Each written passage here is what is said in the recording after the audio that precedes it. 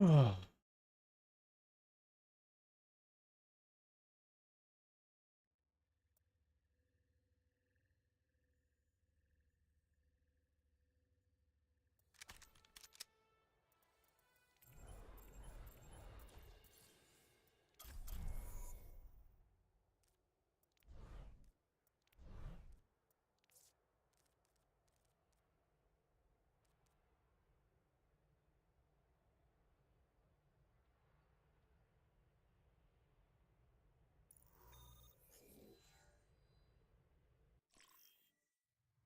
Now entering the temple. Prepare your defenses. Select your hero.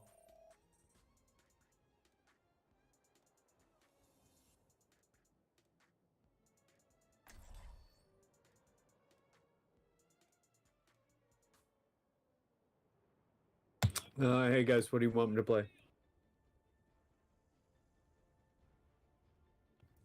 Just type it out. What do you want me to play? Who are you? What's your name? Okay, I'll just play Mercy. That's fine. Okay. I wasn't I sure heal you long which person time. was talking. Attackers incoming. The annoying ugly one. Well, I suppose I'll be patching you up. How do we know you're ugly? We can't even see you. Oh, you can't you tell by my voice? That's not how that works. I mean, I could tell. Well, let's just say I got a face for radio, baby. Nice. 5, 4, Man, where are the tanks? Where you at? 1.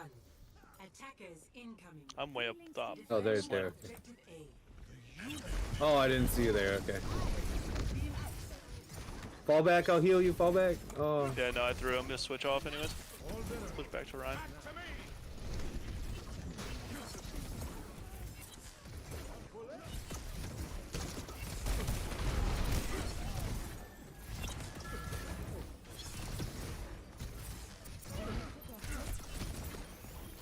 One on point.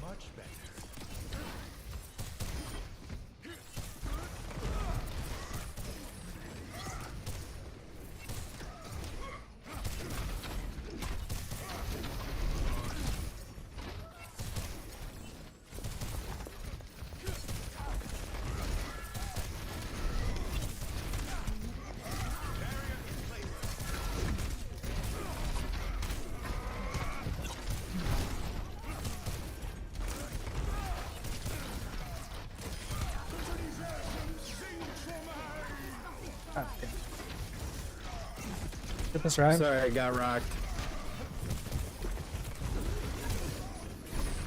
On my way back.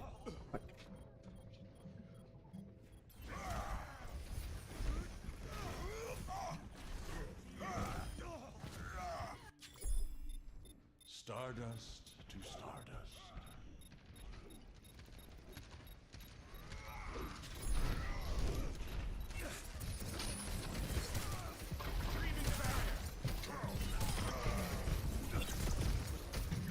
Pull back. Pull back.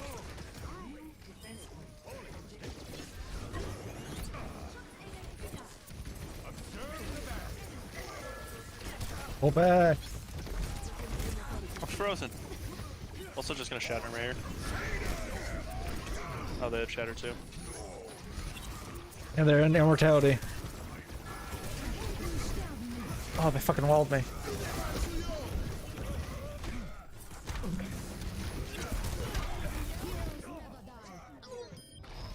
Oh, I tried to get out of there.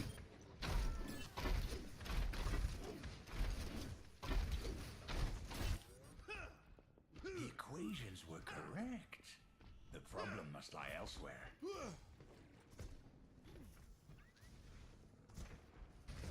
We don't need to do that. Activating the barrier.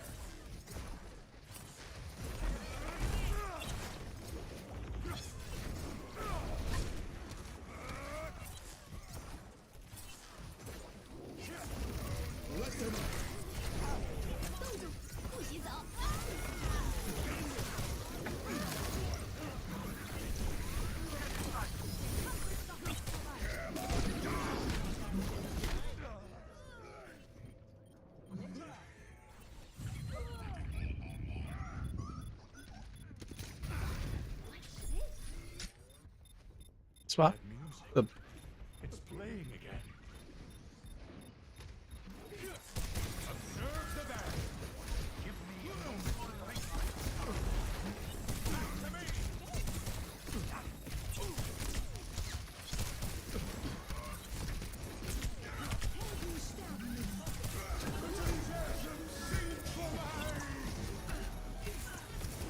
Adaptive circuits engage. Wrecking ball. Yes. kill the ball, kill the ball, kill the ball, kill the ball. No, fuck.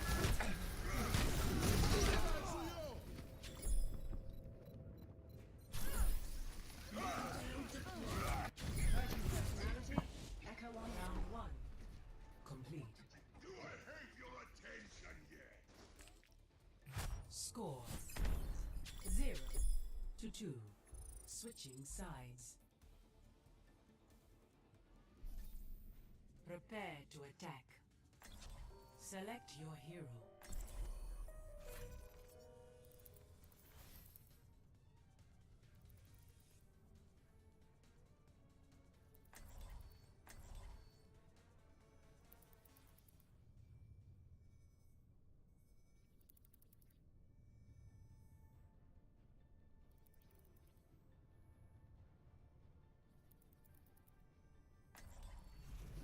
There is no obligation for the universe to make sense to you.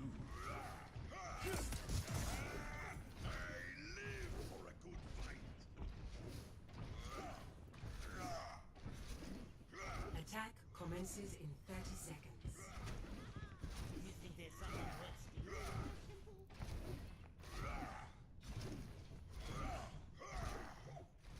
A lovely day for field research. Please don't go Bastion. It's not gonna work on attack. All better. Especially not versus their I'm trying to heal. flying lady. 2. I'm trying. Attack Let's commences. go left. Stop lying, I'm crying. Objective A. I'm taking care of you. Barrier in place. Honestly, we're better off going right and getting high ground if I have Bastion. Yeah, sure, let's do it.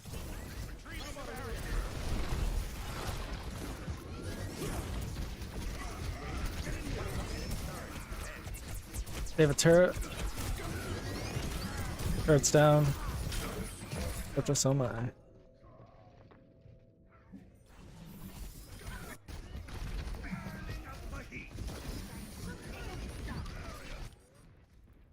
Stardust. Let's get to you back out there. Stardust. Oh my god, the Echo wants me.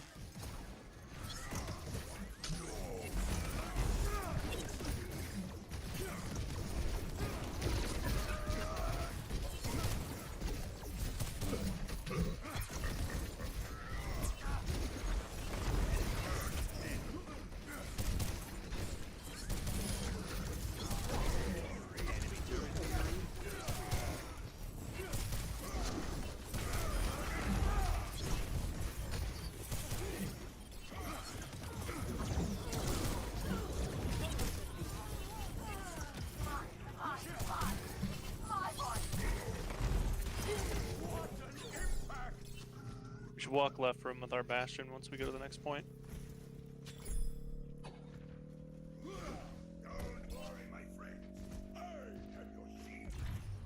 Objective A captured. Commence attack on objective. Walk left from. Oh, we lost Sig. I can hold for res. Burning them Chill, wait it out. That music. Bastion, can you come left with us? It's playing again. That's a nope.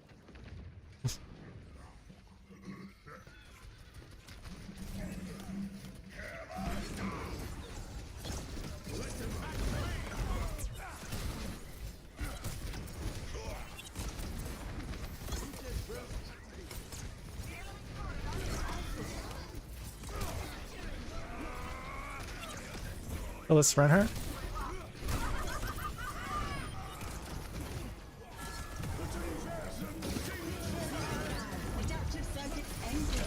What the fuck? God damn it.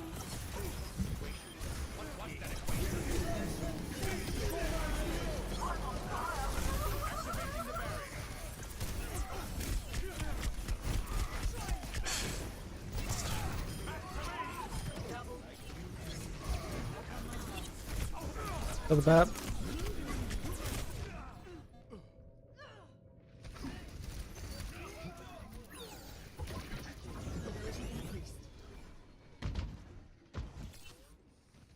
No, that wasn't right at all.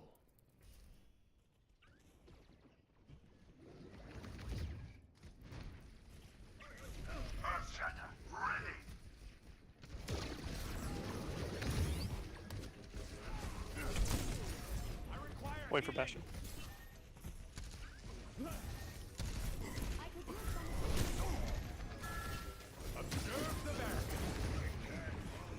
Bastion, where are you going?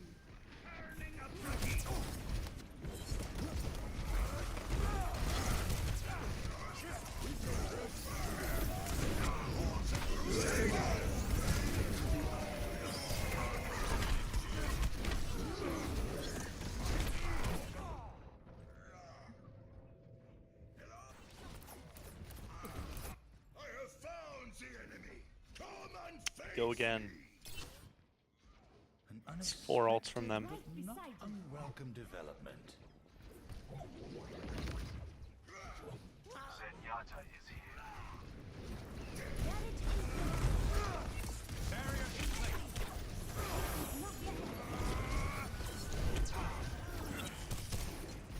Please take care of that echo, or at least just shoot it or something.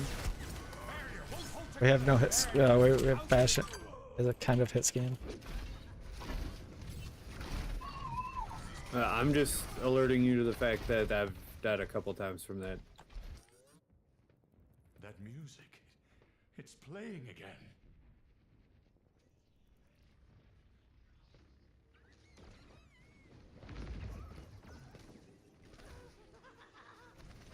Observe the barrier.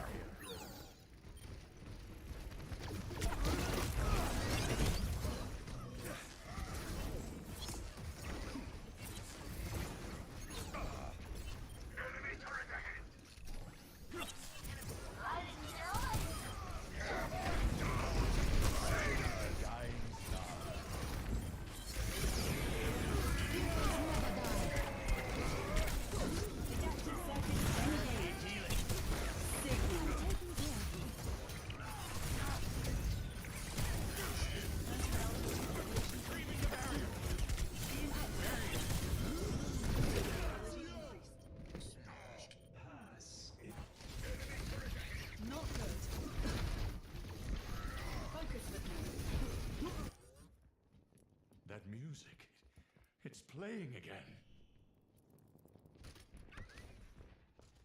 60 seconds remaining. Well, good luck on your next game, everybody. Everybody except for Bastion. Bastion can go fuck himself. Still one more chance. I think we can still get this if we all go left. For Bastion just set up behind our shields, we'd be fine. No, we already lost her. One of our healers and a We can DPS. still wait, we can still wait, we can still wait. Faster! Shoot! Shoot! Shoot! 30 seconds remaining.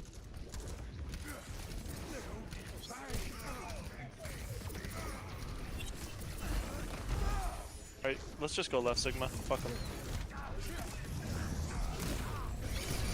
Fuck. Oh well. We tried. 10 seconds.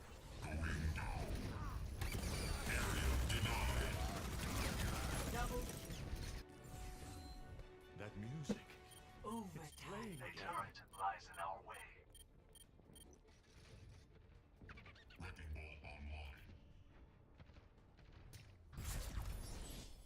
Defeat.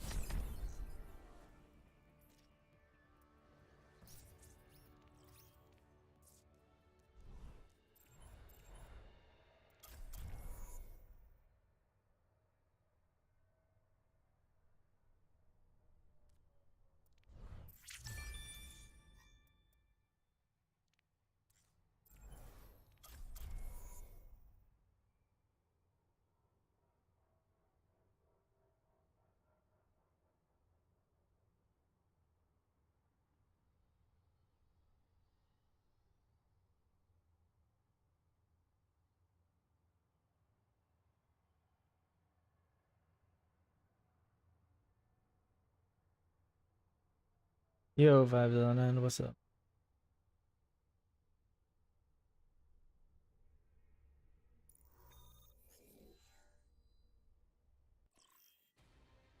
Traveling to Route 66. Prepare your defenses. Select your hero.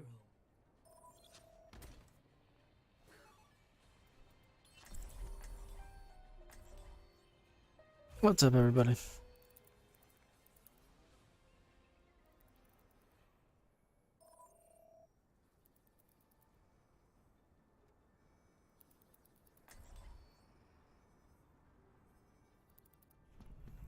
There is no obligation for the universe to make sense to you. Double, triple, quadruple check your math. Thanks. Hello. Out. Attackers incoming in 30 seconds. It is time to act.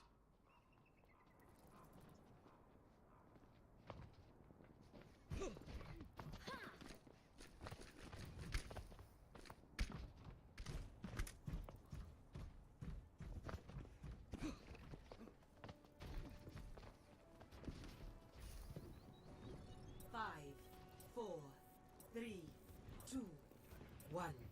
Attackers incoming. Stop the payload. Activating the barrier.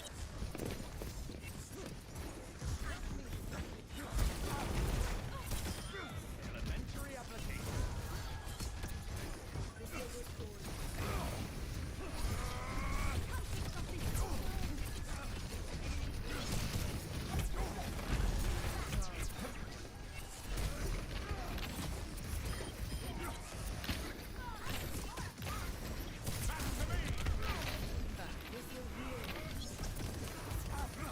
Evidence suggests a sniper ahead.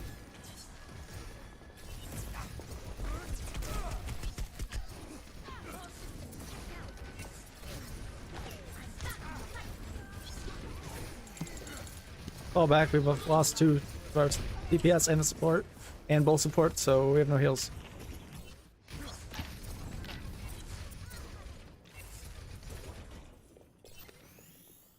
Condition restored.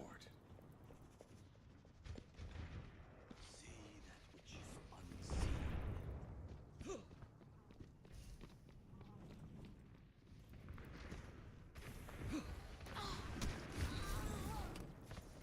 Back to me!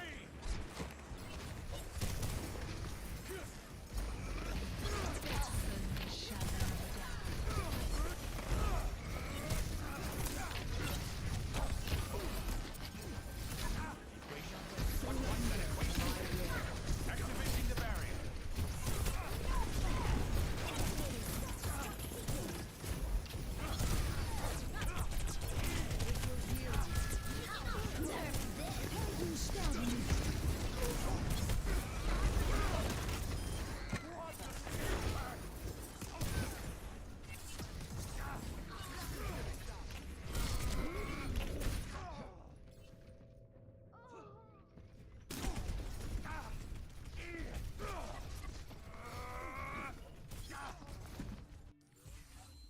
That music, it's playing again. When did they cap?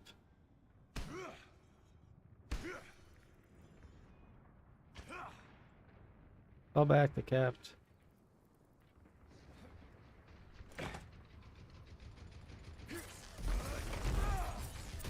Observe the barrier. Rocket barrage incoming.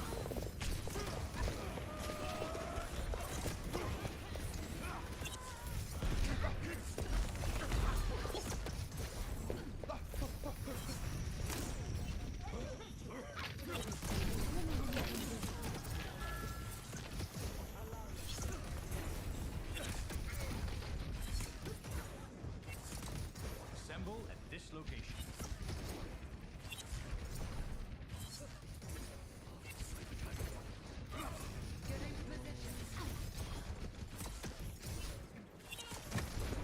Activating the barrier. Point.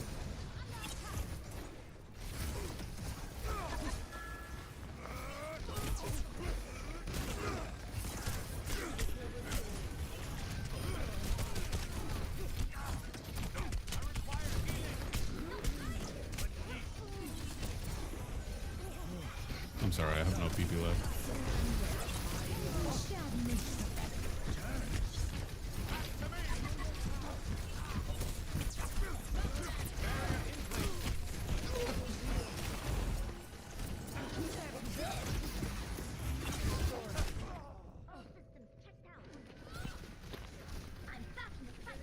Heroes never die. The battle continues.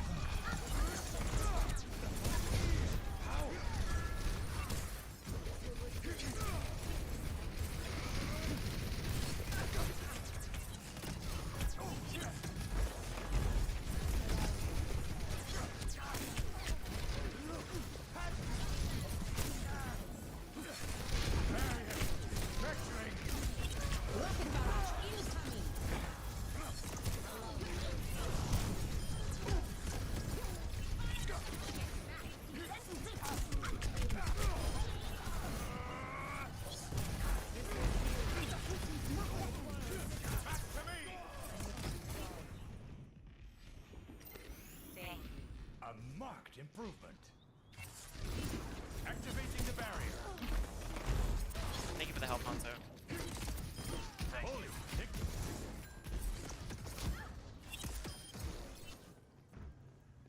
Damage increased. Move back. 60 seconds Personne remaining. n'échappe à mon regard.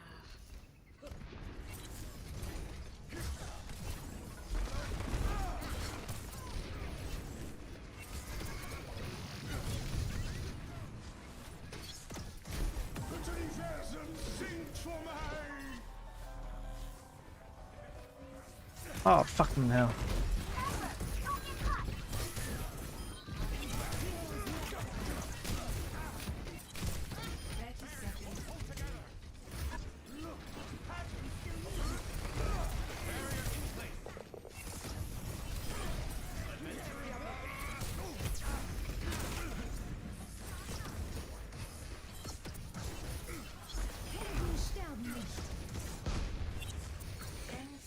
On where she is.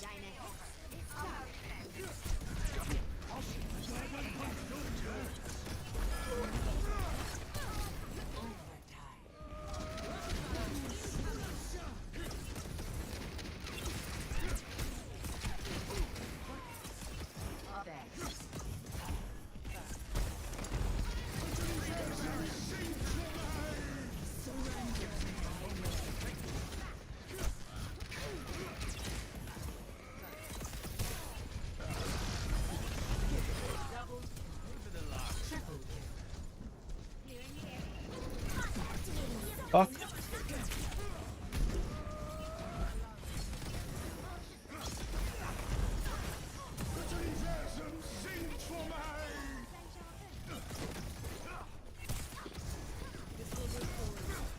Jesus.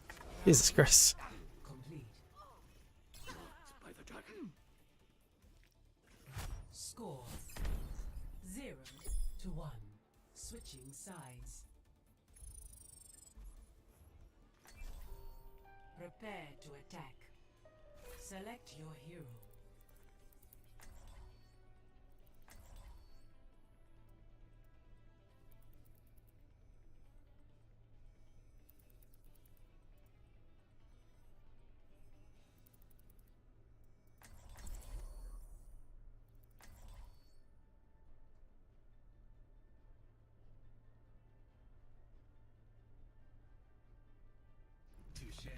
There is no obligation for the universe to make sense to you.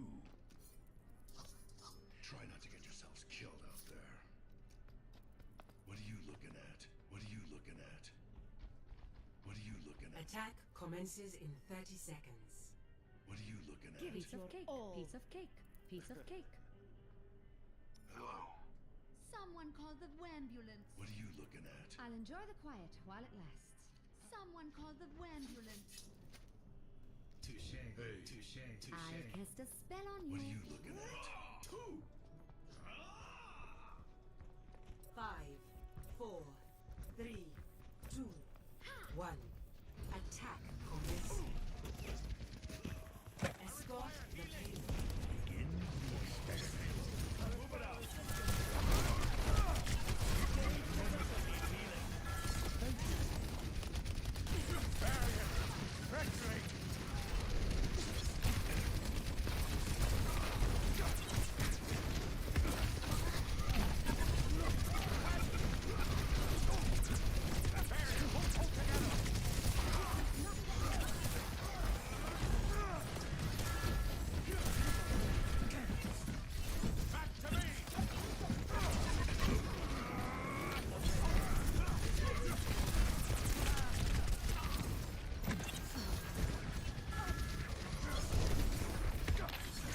Oh, fucker.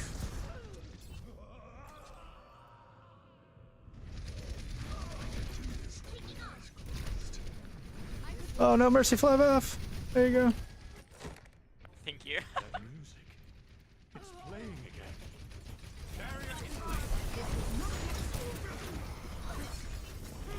Get into position.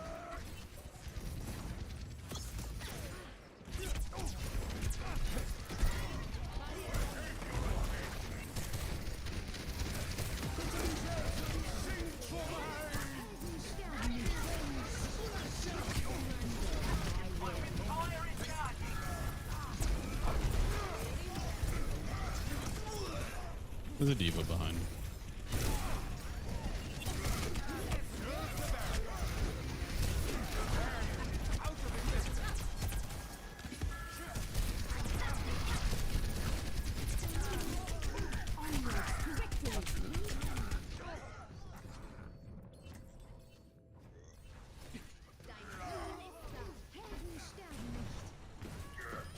Double.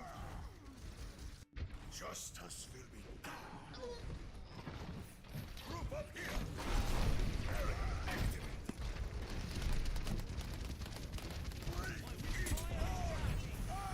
Join me.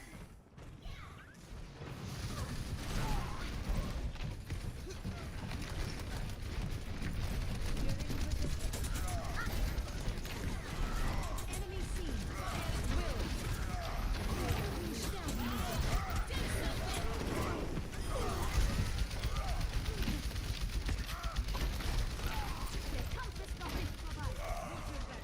Thank you, my friend.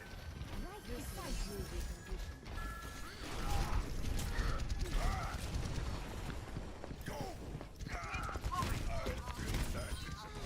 It had to be done. 60 seconds remaining.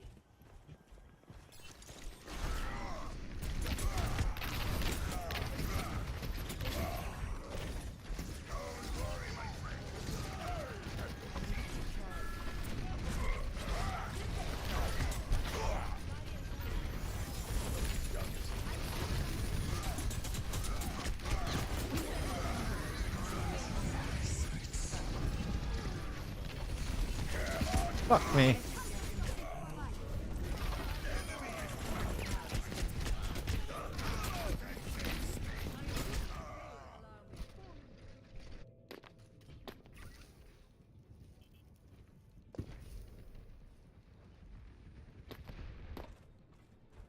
There is still 10 more to my seconds tale. remaining. Pick up the pace.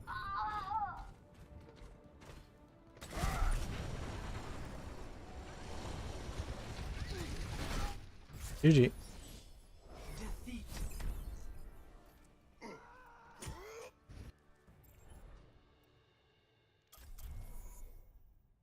Okay.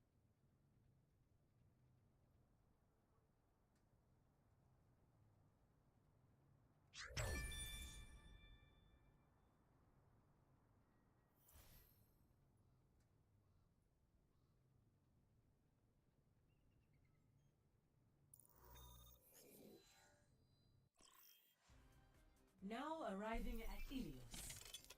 Prepare for battle. Select your hero.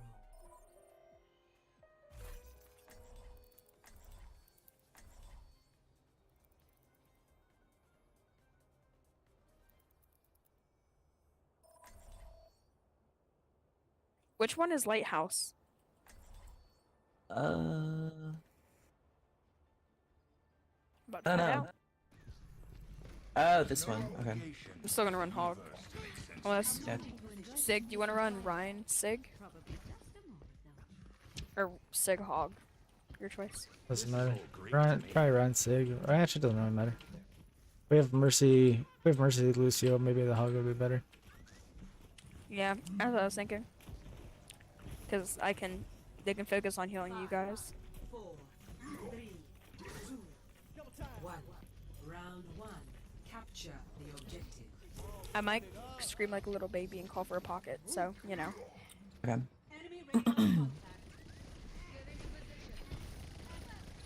Oh, if I hit that, sorry. Nice jump. That was good. I missed my hook. Evil, evil.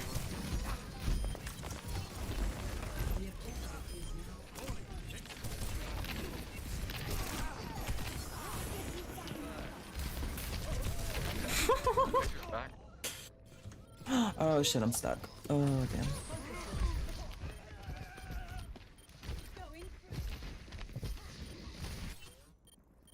The universe is magnificent. More is dead. Isn't it? No heals. What's going on? Schaden verstärkt. The universe flows. I'm kind of throwing. through me. I have 400 damage. Huh? At I've least you're literally just, aware. because I played Ryan for so long. Just group up. Wait for your hog. Your gold Elim hog though. Think about that.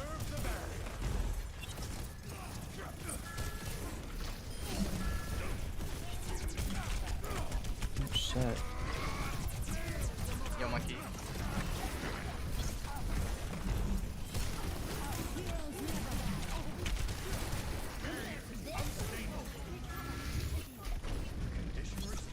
Nobody's on point, so I'm just gonna get on here. Oh. He was in our spawn. That's really dumb.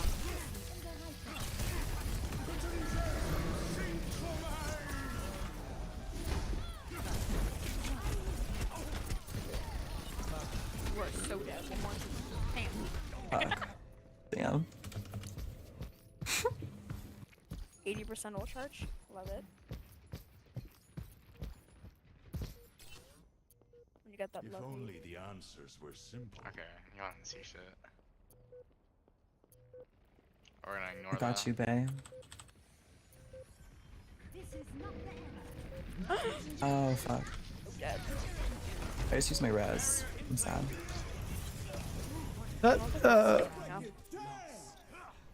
Damn, that was a horrible round, but good try. I'm gonna say that was me, Score and I'm never going hog again. 0 to 1. Okay, cool. I kind of fucked our second push completely. Like, I'm not gonna lie. What happened? Yeah, I definitely saw you got run in there. Way too aggressive. That's all I'm gonna say. Yeah. No, I missed. I think the I- diva fucking was in spawn, and I was basically out of the fucking No, game. I for had the a day. 57% hook accuracy is what happened.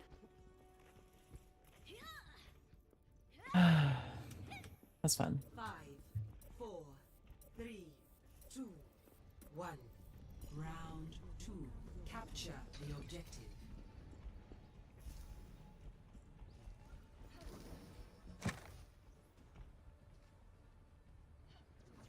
I can't get.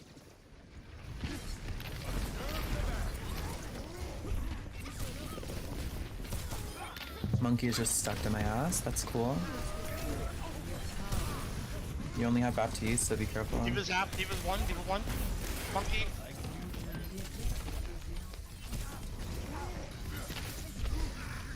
You have no healers right now. Lovely. Oh, Yep, and they have a widow. Watch out. Is that us on the point? I don't really know. Yeah. Oh, What happened? watch out. Widow got me. So I got you, May. I got you. Stay alive. Oh my god, fucking Tracer up my ass, dude. Holy fuck. oh, she good call.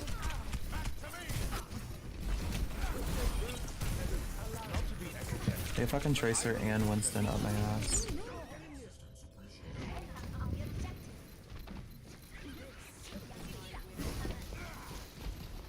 I'm coming. You're what? I'm coming. That music. It's playing again. What? Why did I do that? Why did I do that? There are no heals. Oh my god, Tracer won't get off my ass. I need help.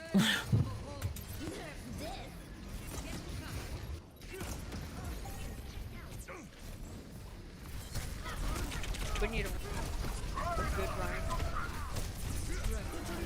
I'm going Brigitte. I fucking hate that Tracer. Can you play Ryan? Tracer was my strike. Oh wait, there. Hey, this ball. Oh, I'm 1 HP. Help me. Help me. Help me. Oh. I get drained so fast. Oh, I got hit by the super bomb. Yo, monkey's one.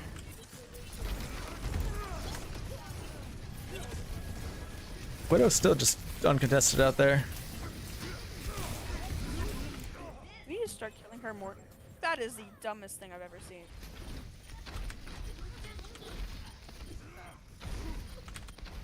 Heal me, thank you. Just keep healing me, Bap.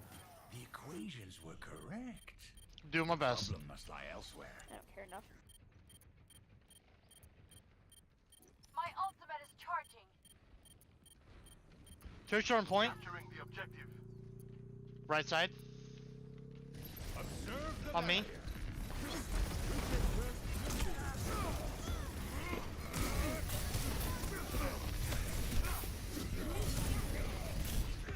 I'm dead.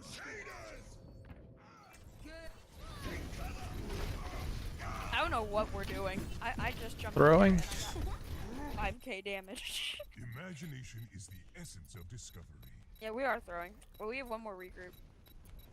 But I recommend we touch because we almost have point. I have ult here. Nobody was really helping me with Tracer or Winston, so I had to switch. That's my bad. Hey, wait. They have Widow and oh no, they switched off my Widow. Okay.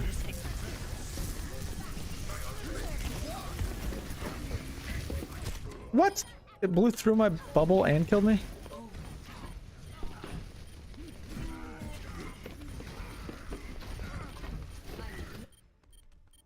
Onward and upward. Excuse me for dropping him.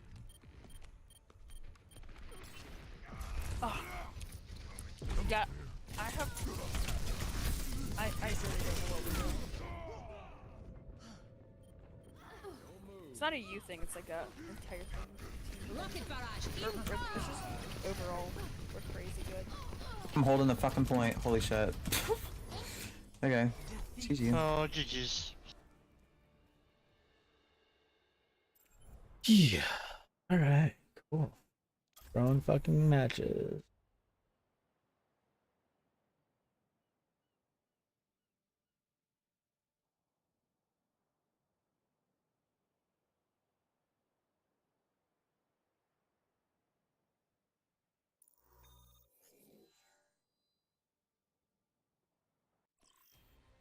Traveling to Hanamura. Prepare your defenses. Select your hero.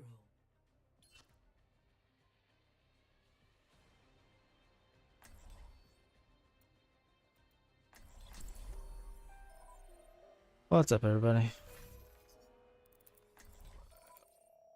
What's good, boss?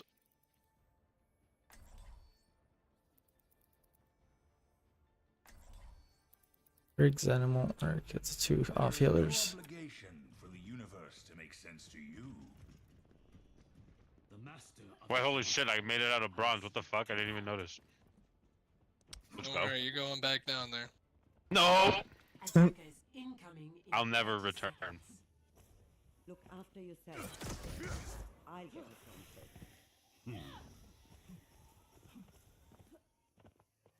Soon we will see if the hypotheses are correct. Hello. See through the wolf's eyes. 5, 4, 3, 2, 1. Attackers incoming. Defend objective A.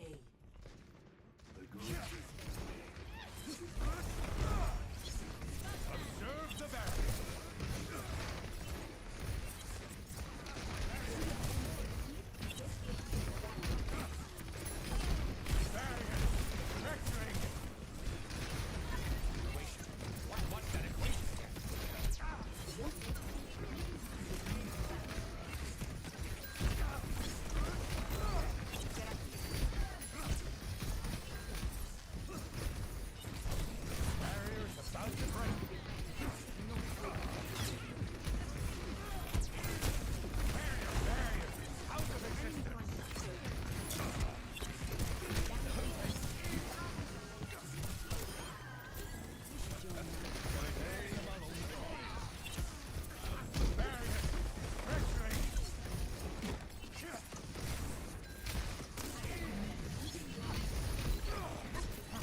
Sigma's one.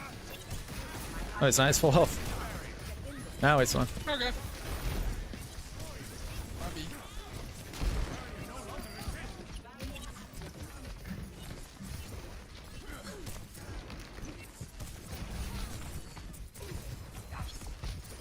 You're gonna have ults here in a second.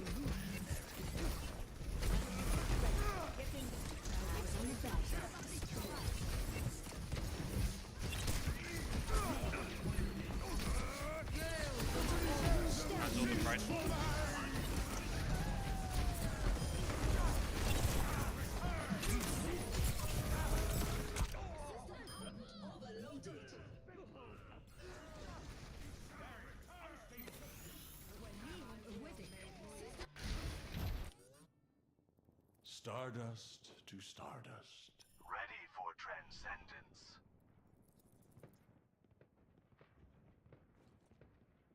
My ultimate's charged. Get ready.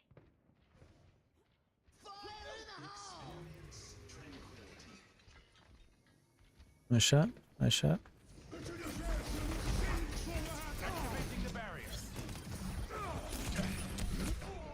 Oh, fuck.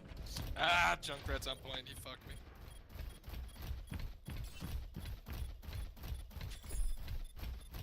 Yeah, that Sigma was a real dumbass when he ulted. He didn't move at all. It's just an easy couple shots. Just back up, Marissa. Objective lost. New defense point. Objective B.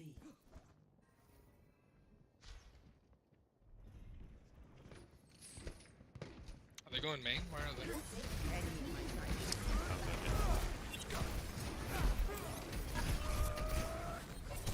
Activating the barrier. Retrieving the barrier.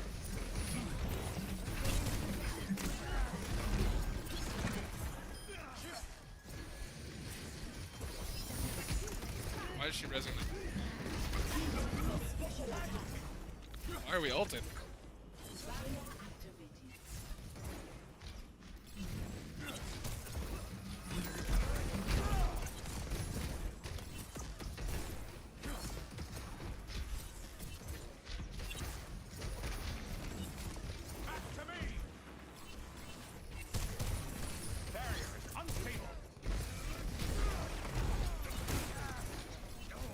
Rip bottom.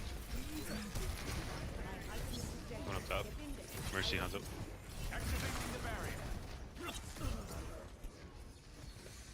Yes, Mercy. Nice.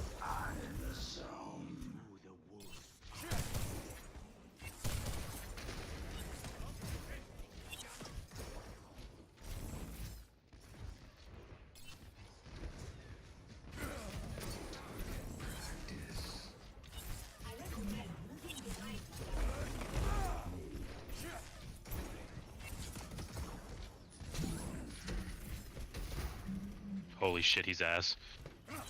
They're going top right or top left. I'm gonna die. Thank you.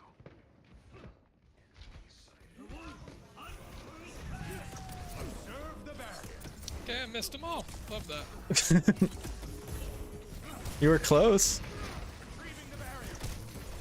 It was a zoning ult. One's main.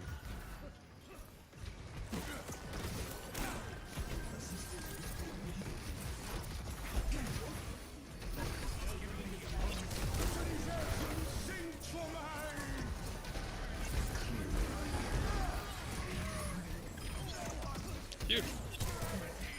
Love that. Mercy's still alive? Two left. Hanzo, Mercy, or Hanzo, Moira. Moira. Ah! Moira couldn't respect the 1v1. Alright, his ult was worse than mine. True. On top left. Yep.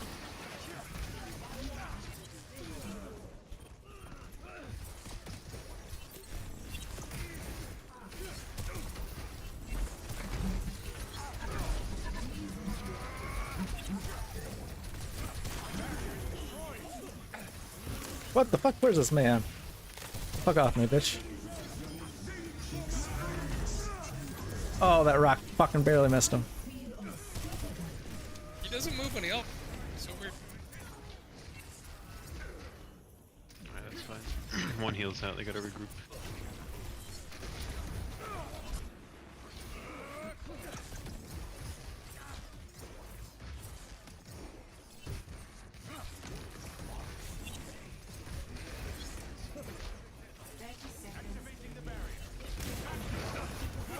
Nice shot.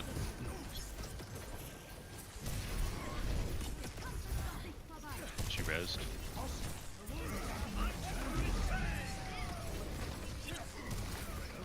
That was a zoning out for real though. That wasn't. No, I'm for real. I wanted to separate the Ryan. Nice.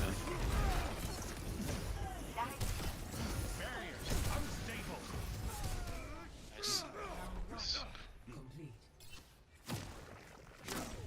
Clearing. Score 0-1. Switching sides. Prepare to attack. Select your hero.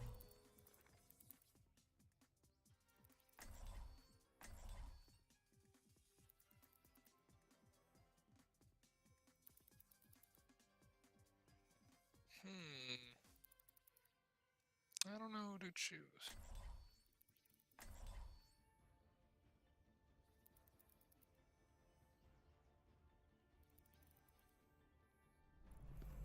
There is no obligation for the universe to make sense to you.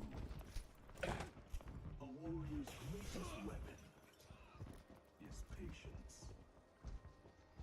I'm down to switch whatever, so just call it out and I got you. No, I don't care. Don't just stand around. That was mostly directed towards the tanks and the supports, but yeah. Oh, okay. I'm also down to switch. If they got like a ball or something. I don't play DPS much, and you know, Doomfist seemed like a fun one. Yeah. So if I suck ass, I'll switch pretty quick. Straight, you're good. 5, 4, 3. This is the first season I've actually taken DPS competitively, or seriously. Capture objective A. Yeah, I may, I usually play support. I'm a support main as well.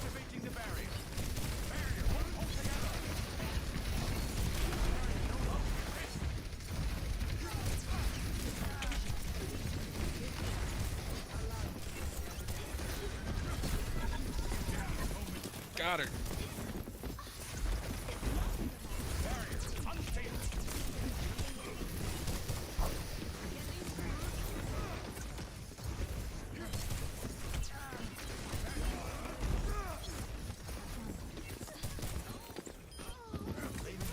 Doomfist is fucking easy. He is. At this elo, at least.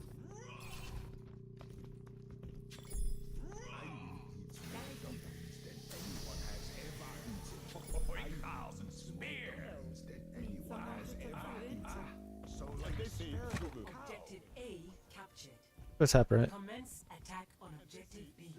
I will eat more dumplings than anyone. Retrieving the barrier.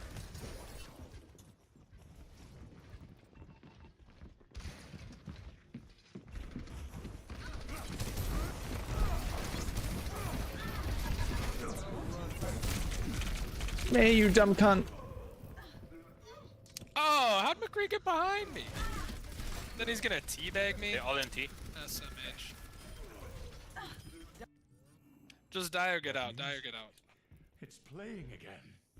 We're down by a lot. Mercy's raising Marissa.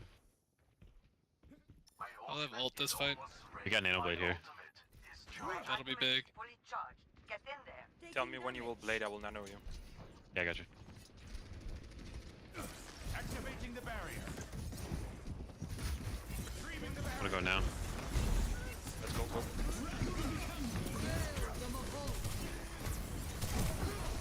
Ah. Fucking May, dude. My rip, I tried you. Sorry. You're good. That was a bad ult. I went for the wrong group of 3.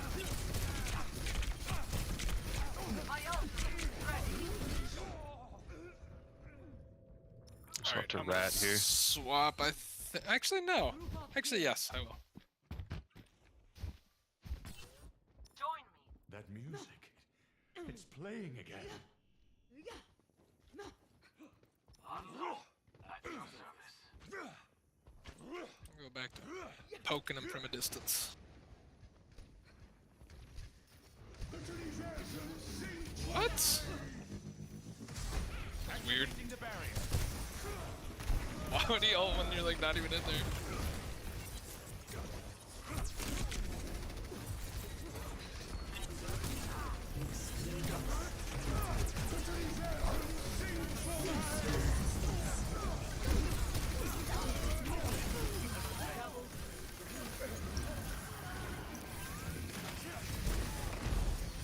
No mercy, bad mercy. Oh, she did it. At least both the healers are down now. Good shit, guys. Nice. GG's, boys. GG. Hey, you said we were gonna lose.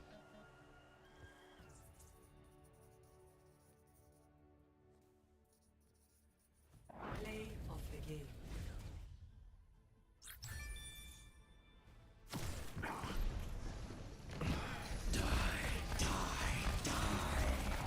Double kill. Double kill.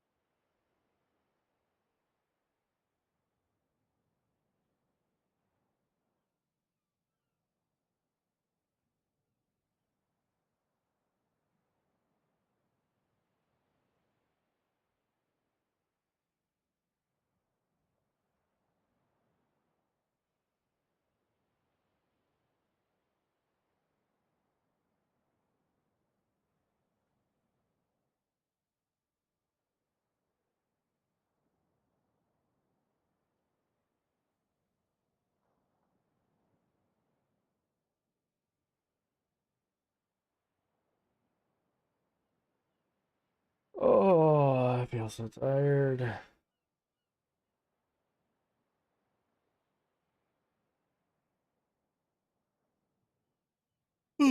Fuck hell.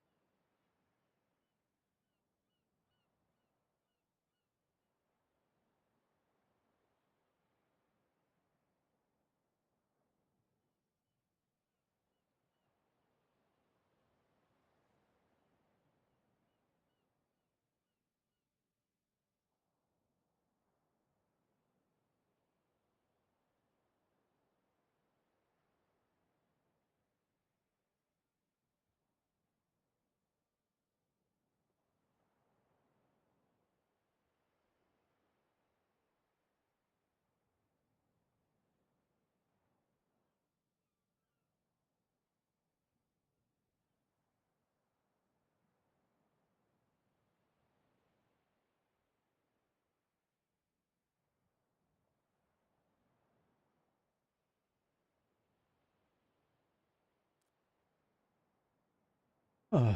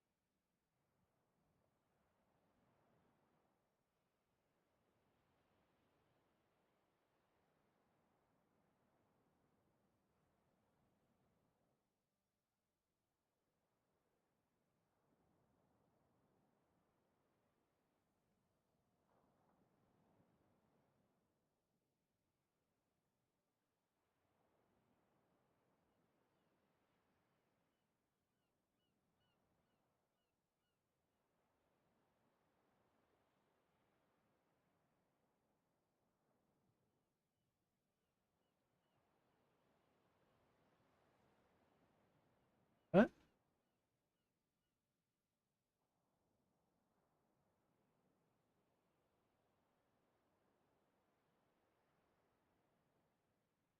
Possible.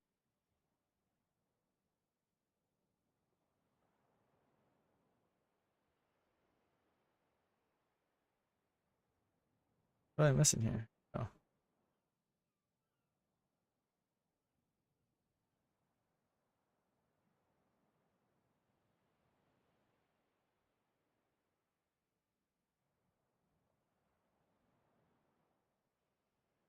So far. So just to break this down and take a step back, OSI model and the TCP IP model, they're two different ways of talking about how things happen on a network. So this is different from just TCP. This is a combination of the TCP IP protocols into another model. So just taking a step back because this can be a little confusing when it's first approached. So the TCP IP model consists of 4 layers and is arguably just a summarized version of the OSI model. These layers are the application layer, so this is the top one, transport, internet, and then the network interface. Very similar to how the OSI model works, information is added to each layer of the TCP model as the piece of data or packet traverses it. As you may recall, this process is known as encapsulation, where the reverse of this process is called de-encapsulation. One defining feature of TCP is that it is connection-based, which means that TCP must establish a connection between both a client and a device acting as a server before data is sent, because that session needs to be built up. Because of this, TCP guarantees that any data will be received on the other end. This process is known as the three-way handshake, which is something we'll come to discuss shortly. A table comparing the disadvantages and advantages of TCP is located below. And I won't go into this was covered in a previous room, just know that TCP does, it's going to ensure that your data that is sent and received is accurate and what you're getting is what you were promised, but it can have a bottleneck because of that. TCP packets contain various sections of information known as headers that are added from encapsulation. Let's explain some of the crucial headers in this table below. So first we have the source port. This is the value, the port opened by the sender to send the TCP packet from. This value is chosen randomly out of the ports 0 to 65,535 that aren't already in use in that time. And then we have the destination port. This value is the port number of an application or service that is running on the remote host, the one receiving the actual data, so the server in this case. For example, a web server running on port 80. Note, this isn't necessarily always a server. This can go back and forth. Just know that the server is within our general metaphor that we're using right now. Unlike the source port, this value is not chosen at random. we have our source IP, which we covered previously. This is the IP that's sending the data, and then we have destination, which is where it's going to go. Next, we have the sequence number. When a connection occurs, the first piece of data transmitted is given a random number. We'll explain this more in depth further on. And then we have the acknowledgement number. After a piece of data has been given a sequence number, the number for the next piece of data will have the sequence number plus 1. We'll explain this more again further on in the room. Oh. Next, we have the checksum, which we've covered previously. This is a number that is used by a mathematical formula that guarantees that the data in the packet has not been corrupted. If it doesn't match what it should match, then the packet needs to be resent. Then we have the data, which is where the data, i.e. the bytes of the file, is being transmitted and stored. And then we have flags. This header determines how the packet should be handled by either device during the handshake process. Specific flags will determine specific behaviors, and we'll talk about that here in just a little bit. Next, we'll come on to discuss the three-way handshake, the term used for the process used to establish a connection between two devices. The three-way handshake communicates using a few special messages. The table below highlights the main ones. First, we have SYN, or step 1. A SYN message is the initial packet sent by a client during the handshake. This packet is used to initiate a connection and synchronize the two devices together. We'll explain this more further on. Next, we have the SYN-ACK step. This packet is sent by the receiving device, or the server, in the case of the metaphor that we're using, to acknowledge that the synchronization attempt from the client has succeeded. And then we have the ACK step. The acknowledgement packet can be used by either the client or server to receive or to acknowledge that a series of messages/packets have been successfully received. So what we're doing here is we're setting up the handshake. First we have, and we'll go down to the Put this in right. The connection, this diagram here. We have Alice that wants to talk to Bob. First, Alice is going to send a SYN packet, which is requested to synchronize and open the connection. Bob sends back a SYN, which is the synchronization number. Again, this is just so that we know that our packets are going in order because it's going to increment by 1. And we're also going to acknowledge that we've received that SYN packet. So we have SYN and ACK sent back. And then Alice needs to acknowledge that we have received that SYN packet, setting up the actual synchronization of the packets there, and confirming that the connection is active by sending another acknowledgement packet. Let's go ahead and talk about the other few flags here. Number 4, we have the data, which is once the session has actually been established, the data is sent via data message, so that's the actual flow of information back and forth. Once we're done sending data, we'll send a FIN packet, which is used to cleanly or properly close the connection after it has been complete. So say I'm done with my video call with you, and we want to close the connection. We'll send a FIN packet, and then we end it with a reset packet. Or this packet, it's another way of breaking down the communication. It abruptly ends all communication. This is the last resort and indicates there was some problem during the process. For example, if the service or application is not working correctly, or the system has faults such as low resources. So typically we're going to send this FIN packet to end the actual connection, but if there are problems, we'll send a reset packet. Again, this is how the opening that handshake, the three-way handshake, actually happens in diagram form. Any data sent is given a random number, and again, this is what I broke it down before. So we're going to start with a random number, and it's going to be incremented by 1 each time we move through this step. And that's just confirming that the data sent and received has been done so in the correct order. And you can see that broken down here as well. TCP closing a connection. Let's quickly explain the process behind TCP closing a connection. So first, TCP will close a connection once a device is determined that the other device has successfully received all of the data. Again, I briefly touched on this before, but we can see how we're sending the FIN packet here, and then we're acknowledging it, sending another FIN packet back, and then sending another acknowledgement packet. So very similar to the three-way handshake, except these are 2 separate requests that happen here. But again, we're just breaking down that communication very much in the same way that we set it up. Let's go ahead and dive into the questions. What is the header in the TCP packet that ensures the integrity of data? That is the checksum. There we go. Provide the order of a normal three-way handshake. That is SYN-ACK. SYN-ACK. Oh, is it because I'm putting spaces? There we go. Let's move into task 3, practical handshake. Yep. Alice and Bob That's stupid. by reassembling the TCP handshake in the correct order in the static lab attached to this task. enter the value of the flag given by completing this task. Let's go ahead and dive in.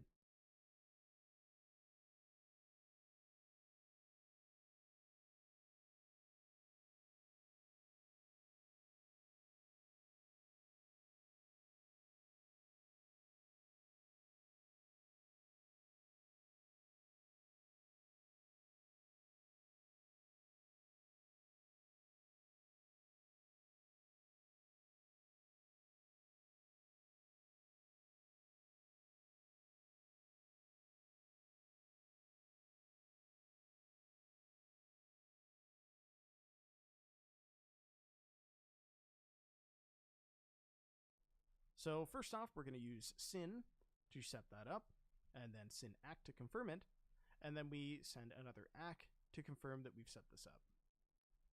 Data. Let's see. I'm not quite sure what's going on here.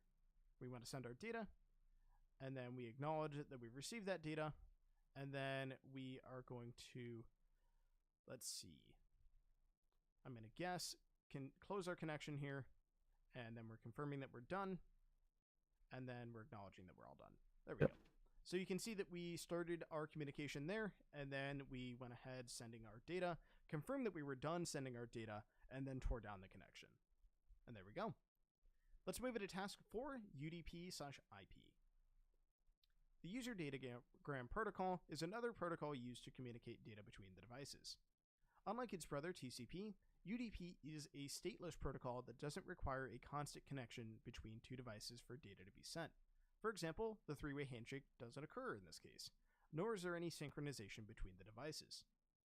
Recall some of the comparisons made between these two protocols in Room 3, the OSI model. I'm going to go ahead and skip past this since we've gone ahead and already covered this. If you want to, make sure that this is in your notes, but otherwise we'll continue on. As mentioned, no processes can take place, and they don't actually set up a communication or connection rather between the two devices, meaning there is no regard for whether or not the data is received, and there are no safeguards such as those offered by TCP, such as data integrity. UDP packets are much simpler than TCP packets and have fewer headers. However, both protocols share some standard headers, which are what is annotated in the table below. So we've talked about these before. We have time to live, source address, destination address, source port, destination port, and then the actual data. So pretty simple, much simpler than the TCP packet because we don't have checksums and we don't have other things that are at play. Next, we'll come on to discuss how the process of a connection via UDP differs from that of something such as a TCP connection. We should recall that UDP is stateless. No acknowledgement is sent during a connection. The diagram below shows a normal UDP connection between Alice and Bob. In real life, this would be between two devices, so we're requesting that data, and then all the data just keeps getting sent back.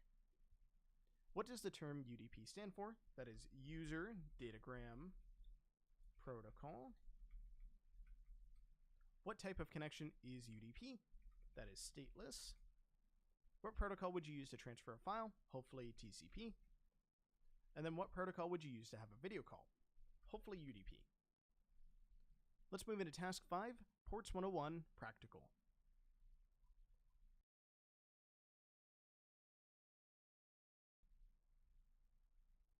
Let's go ahead and load the site. Perhaps aptly titled by their name, ports are an essential point in which data can be exchanged. Think of a harbor and port. Ships wishing to dock at a harbor will have to go to a port compatible with the dimensions and facilities located on the ship. When the ship lines up, it will connect to a port at the harbor. Take, for instance, that a cruise liner cannot dock at a port made for a fishing vessel, and vice versa. That attitude. They're just not the right size. These ports enforce what can park and where. If it isn't compatible, it cannot park here. Networking devices also use ports to enforce strict rules when communicating with one another. When a connection has been established, recalling from the OSI model's room, any data sent or received by a device will be sent through these ports. In computing, ports are a numerical value between 0 and 535. Because ports can range from anywhere between 0 and 65,535, there quickly runs a risk of losing track of what application is using what port. A busy harbor is chaos. Thankfully, we associate applications, software, and behaviors with a standard set of rules. For example, by enforcing that any web browser data is sent over port 80 or 443, software developers can assign a web browser such as Google Chrome or Firefox to interpret the data the same way as another. This means that all web browsers now share one common rule. Data is sent over port 80 or 443. How browsers look, feel, and easy to use is up to the designer of the user's decision. So we can customize it on that end, but we're using these ports as a standard rule. While the standard rule for web data is port 80 or 443 for secure communication, a few other protocols have been allocated a standard rule. Any port that is within 0 and 1024 is known as a common port. Let's explore some of the other protocols below. So first we have FTP, or File Transfer Protocol, which is port number 21. By the way, as I go throughout these are worth committing to memory. It's something that you will memorize as you go throughout them. Don't worry about having them memorized right away, but I do recommend adding these to your notes. This protocol is used by a file sharing application built on a client-server model, meaning you can download files from a central location. Next we have Secure Shell, or SSH, which is on port 22. This protocol is used to securely log into systems via a text-based interface for management. Next we have HTTP, or Hypertext Transfer Protocol. This is the World Wide Web, and it lives on port 80 or 443, which we'll get into in just a moment. So this is just for web browser things. So your browser uses this to download text, images, and videos of web pages. Next, as I mentioned before, we have HTTPS, or Hypertext Transfer Protocol Secure, which is on port 443. This protocol does the exact same thing as above, however, securely using encryption in this case. And most of the time when you're talking to a website, you're going to be using this rather than HTTP. Next, we have Server Message Block, or SMB. This lives on port 445. This protocol is similar to File Transfer Protocol.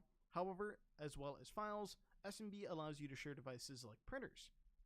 And then last but not least, we have Network connection has been disconnected. Protocol, or RDP.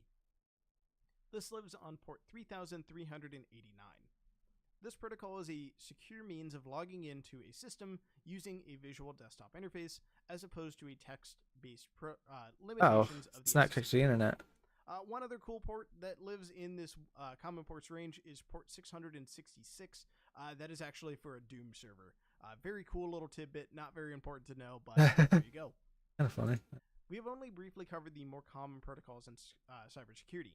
You can find a table of the 1024 common ports listed here for more information, and definitely worth taking a look at, and I recommend saving this link in your notes, as you'll likely refer to it a lot as you get started. What is worth noting here is that these protocols follow the standards. So for example, you can administer applications that interact with these protocols on a different port other than what is the standard. So for example, you could run a web server on port 8080 instead of the standard port of 80. Note, however, applications will presume that the standard is being followed, so if you wanted to navigate to a web server that's on a different port, you need to provide the port with a colon number, which we'll get into maybe here in just a bit. Let's move on to the practical. Open the site attached to this task and connect to the IP address 8888 on port 1234, and you'll receive a flag. So here we're using the protocol, or the application Netcat on a simulated terminal. Don't worry too much if this is overwhelming. All we need to do is type in a couple pieces of information up here above. So first we have the IP address, which is 8888. And then next we have the port, 1234. We can go ahead and click connect, which will issue the command, and we have confirmed that the connection has actually happened. We can go ahead and copy that flag out, and there we go. Let's move into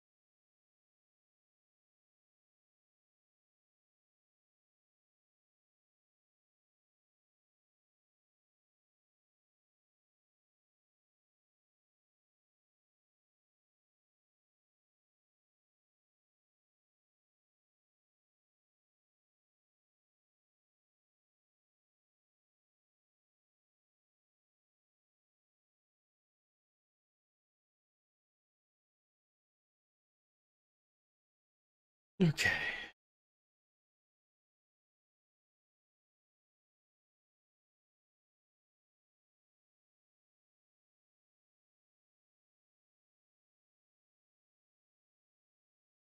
Pretty, isn't it?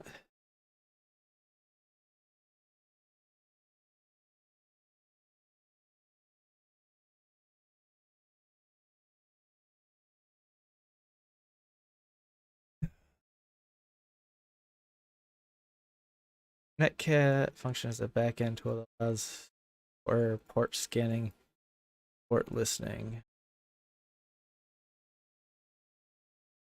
and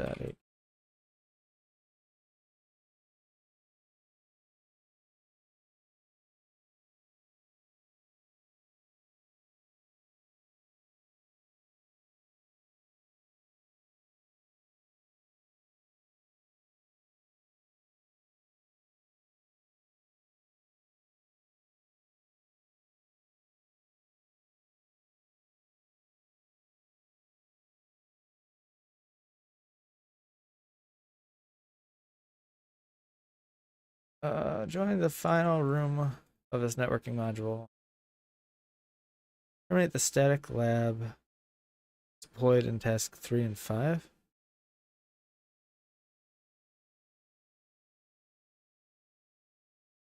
How do I terminate that?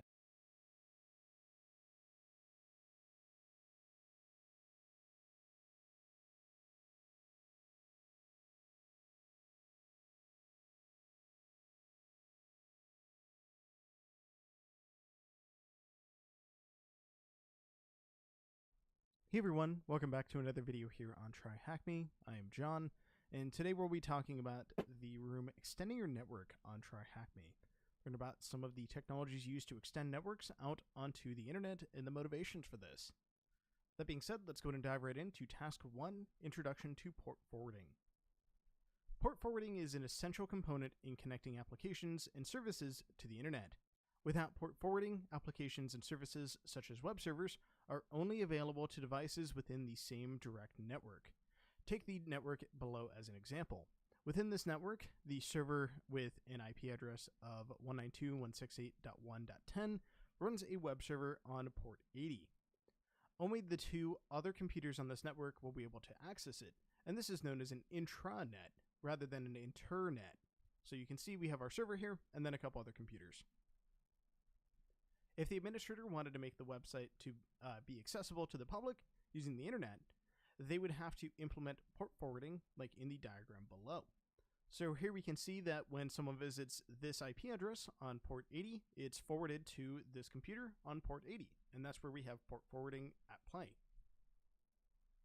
With this design, network number 2 will now be able to access the web server running on network number 1 using the public IP address of network number 1.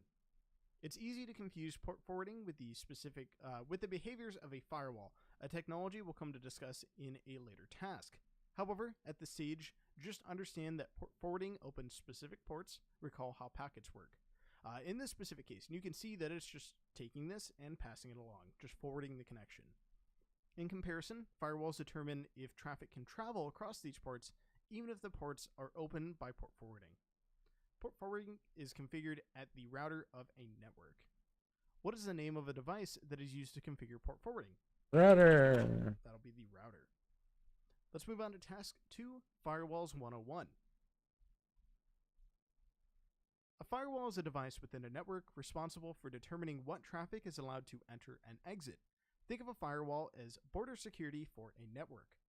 An administrator can configure a firewall to permit or deny traffic from entering or exiting a network based on numerous factors such as where the traffic is going, so source and destination port and address, so where it's coming from, where it's going to, what port is the traffic for, what protocol is the traffic using, so for example, has it been told to allow SSH or allow UDP, allow TCP, further things like that. You can get pretty fine-grained with these things.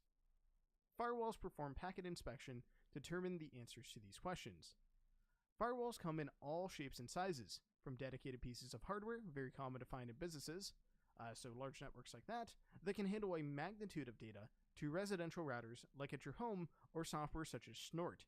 and firewalls can be categorized into 2 to 5 categories. We'll cover the 2 primary categories of firewalls in the table below. Huh? First, we have stateful, and then we have stateless. 2 to Moving on with 5 stateful. categories? This type of firewall uses the entire information from a connection, rather than inspecting each or an individual packet. This firewall determines the behavior of a device depending on if the connection has been opened. So it's based on the entire connection, the entire history, rather than just that packet at that point in time. This firewall type consumes many resources in comparison to stateless firewalls, as the decision making is dynamic. For example, a firewall could allow the first parts of a TCP handshake that would later fail. If a connection from a host is bad, it will block the entire device. Again, stateful firewalls are very cool, but they're much more resource intensive. Moving on to stateless firewalls. This firewall type uses a static set of rules to determine whether or not individual packets are acceptable or if they're just going to be blocked. For example, a device sending a bad packet will not necessarily mean that the entire device is then blocked. Whilst these firewalls use much fewer resources than the alternatives, they're a lot just simpler. For example, these firewalls are only as effective as the rules that are defined within them. If a rule is not exactly matched, then it is effectively useless. So we have rules that determine these packets at this point in time, rather than considering the connection at large. However, these firewalls are great when receiving large amounts of traffic from a set of hosts, such as a distributed denial of service attack or a DDoS attack. Let's move into the questions. What layers of the OSI model do firewalls operate at? That would be, I believe, layer 2 and layer 3. Let me go ahead and check my notes real quick. There we go. Had them in the wrong order. Oh. It's spelled out.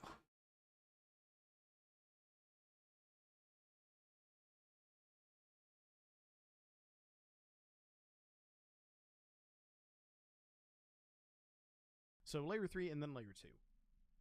What category of firewall inspects the entire connection? That is stateful. Again, that's much more resource intensive. And then what category of firewall inspects individual packets? That is stateless. And there we go. Let's move into task 3, practical firewall. Deploy the static site attached to this task, and then we'll go ahead and move forward. The website 003.0.1.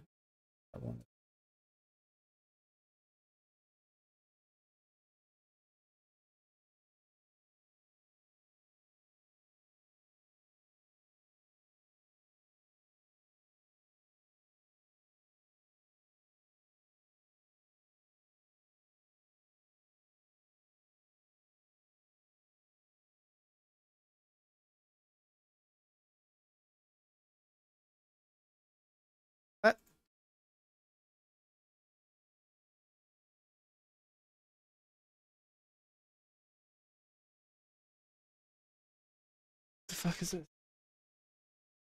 Crap.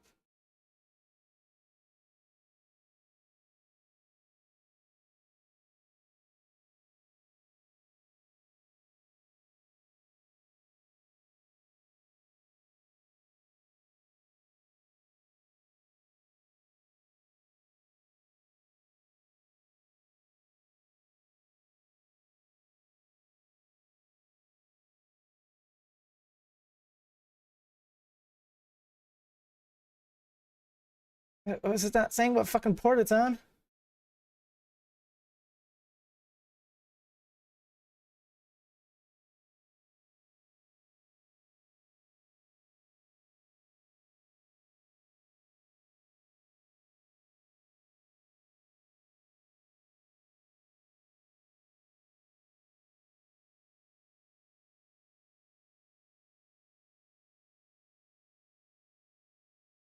website at 203.0.1.10.1 is under attack.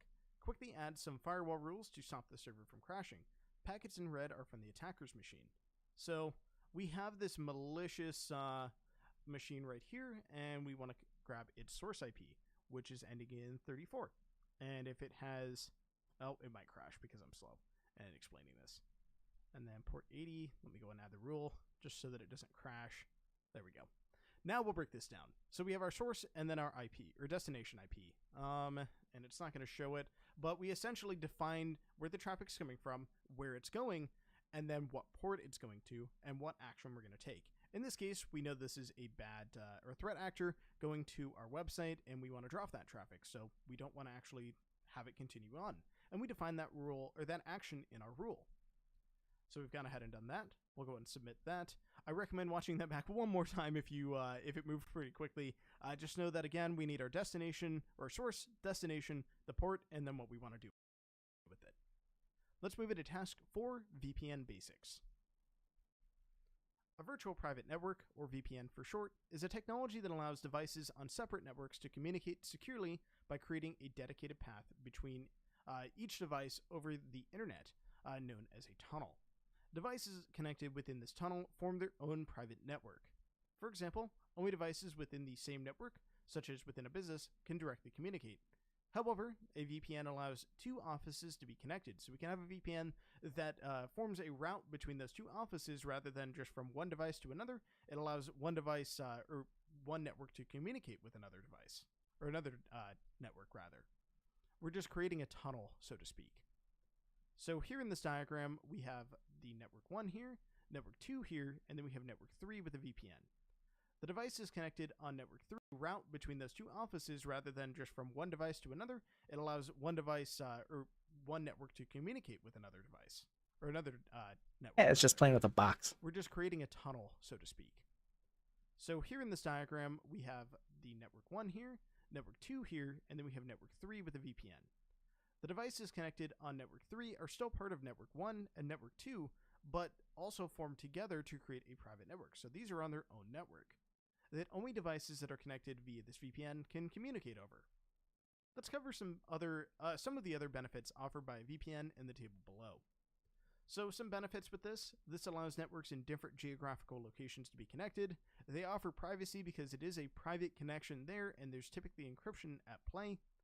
Offers anonymity because you can route your traffic throughout another region. You can encrypt that traffic and push it out a different way so it doesn't look like it's coming from you.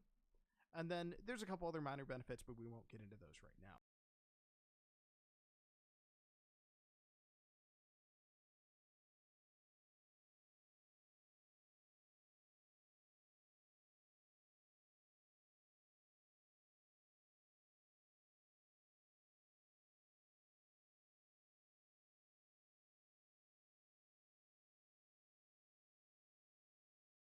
Those are the major items. TryHackMe uses a VPN to connect you to our vulnerable machines without making them directly accessible on the internet. This means that you can securely interact with our machines. Service providers such as ISPs don't think you're attacking another machine on the internet, which could be against the terms of service, so it keeps you safe. And then the VPN provides security to TryHackMe, as vulnerable machines are not accessible using the internet, so they're not susceptible to bots in that specific way. VPN technology has improved over the years. Let's explore some of the existing VPN technologies below. First, we have PPP. This technology is used by PPTP, explained below, to allow for authentication and provide encryption of data.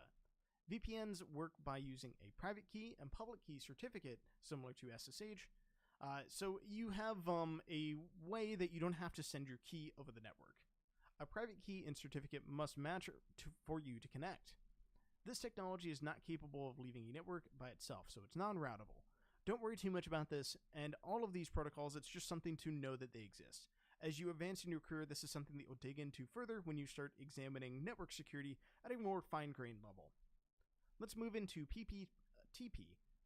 The point-to-point tunneling protocol, or PPTP, is the technology that allows the data from PPP to travel and leave a network.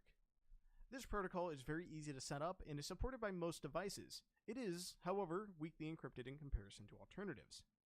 And then last but not least, we have IPsec. Internet Protocol Security, or IPsec, encrypts data using the existing IP protocol. IPsec is difficult to set up in comparison to alternatives. However, if successful, it boasts strong encryption and is also supported on many devices. Again, don't worry too much about the specifics here, just know that these exist. What VPN technology only encrypts and provides authentication to data? That is IPPP. What VPN technology uses the IP framework? That is IPsec. Perfect. Let's move into task 5, LAN networking devices. First, let's talk about what a router is. It's a router's job to connect networks and pass data between them.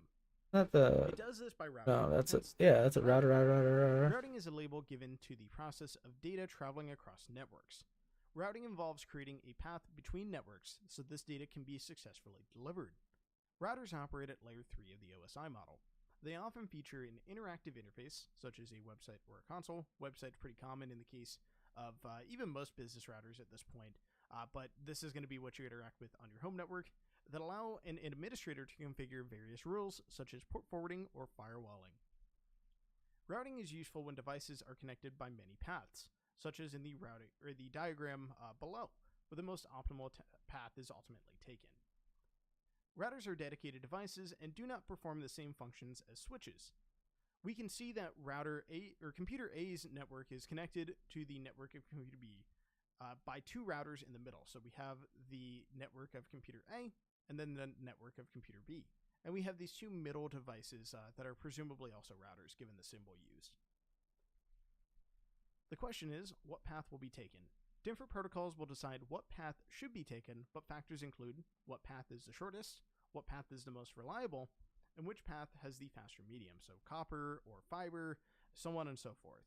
We've already talked about this in a previous room, so we'll go ahead and move on. What is a switch? A switch is a dedicated networking device responsible for providing a means of connecting to multiple devices. Switches can facilitate many devices from 3 to 63 using Ethernet cables. Switches can operate at both layer 3 and layer 2 of the OSI model. However, these are exclusive in the sense that layer 2 switches cannot operate at layer 3. Don't worry too much about that right now, just know that switches can either be at layer 2 or layer 3. Take, for example, a layer 2 switch in the diagram below. These switches will forward frames. Remember that there are no longer packets, as the IP protocol has been stripped onto the connecting devices using their MAC addresses. So we're just sending things onto other devices using the MAC address in this specific case. Think this is just layer 2, this is the data link layer in this specific instance. These devices are solely responsible for sending frames to the correct device. So this computer sends something here, and the switch itself has that MAC address saved in the ARP cache here, and it'll forward it along. So pretty straightforward. Now let's move on to layer 3 switches. These switches are more sophisticated than layer 2, as they can perform some of the responsibilities of a router. Namely, these switches will send frames to devices, as layer 3 or layer 2 does, and route packets to other devices using the IP protocol. Let's take a look at the diagram below of a layer 3 switch in action. We can see that there are 2 IP addresses. So we have 192.168.1.1 and then 192.168.2.1. A technology called VLANet, or Virtual Local Area Network, allows specific devices within a network to be virtually split up. This split means they can all benefit from things such as the internet connection that comes in, but are treated separately. This network separation provides security because it means that rules are in place to determine how specific devices can communicate with each other. This segregation is illustrated in the diagram below. So here we might have one VLAN for the sales department and another for accounting. Don't worry too much about that right now, just know that this is a way that we can divide up networks. In the context of the diagram above, the sales department and the accounting department they'll both be able to access the internet, as seen up here, but will not be able to communicate with each other if that rule is in place, although they are connected to the same switch in that manner. Let's move into the questions. What is the verb for the action that the router does? Routing. That should be routing. There we go. What are the 2 types of switches? Separate these by a comma. The layer 2, layer 3, I would imagine. And there we go. Let's move into task 6, Practical Network Simulator. Go ahead and load the site, and then we're going to go ahead and complete our tasks. Deploy the static site attached to this task and experiment with the network simulator. Deploy the static site attached in this task to experiment with the simulator. The simulator will break down every step a packet needs to take. Point A to point B. Try sending a TCP packet. Computer 1. Wait, what?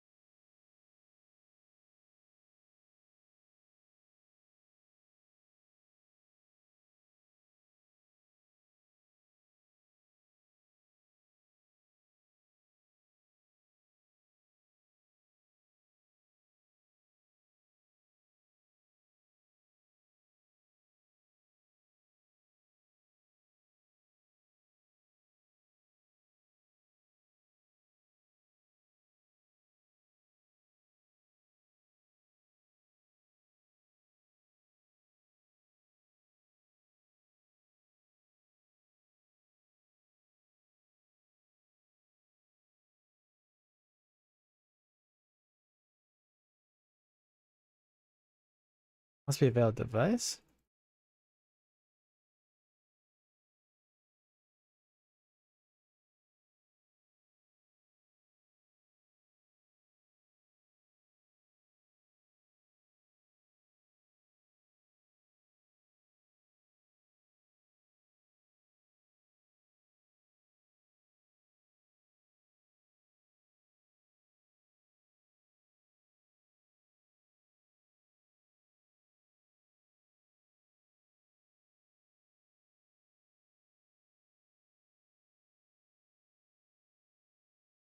Alright, computer 1 says I'm not computer 3 on my local area network setting.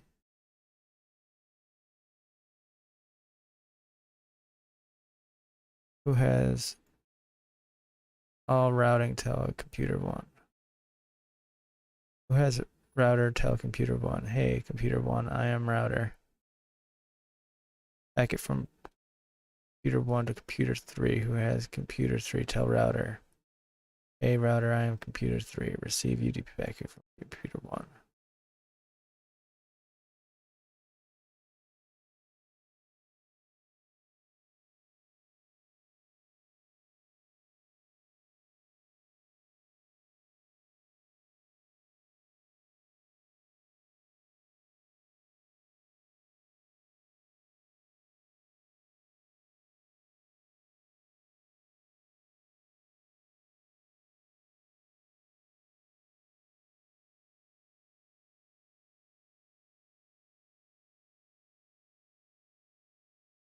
Then send ack.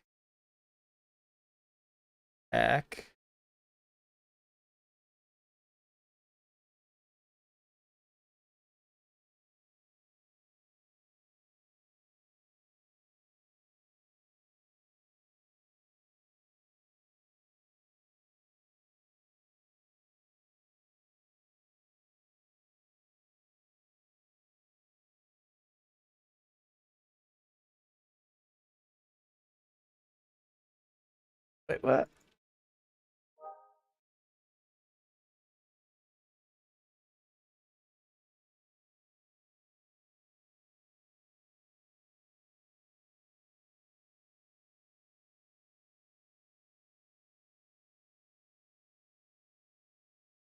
Try to send a TCP packet from computer 1 to computer 3.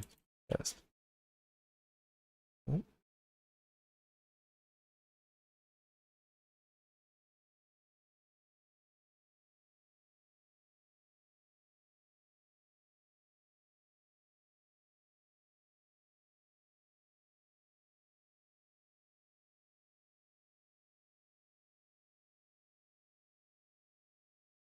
Oh, okay, I see all the, okay, here's the different.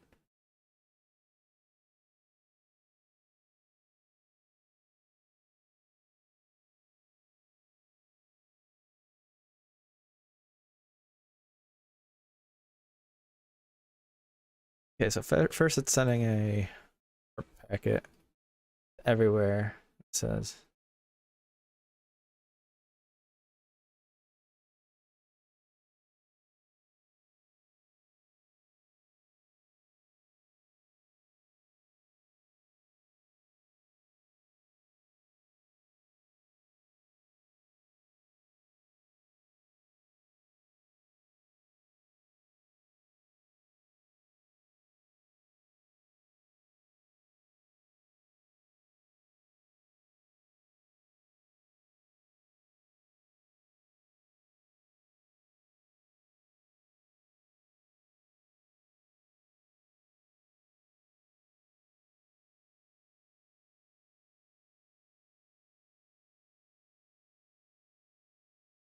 the simulator will break down every step a packet needs to take to get from point A to point B.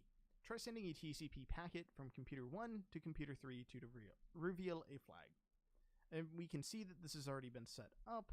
We'll send the data of hi and go ahead and send the packet. And we can see that this is actually broken down in the network log as well. So first we have the connection being established. We're actually confirming the connection and then sending back the ACK packet, and then we're sending our data itself. And we'll go and watch it in action up here.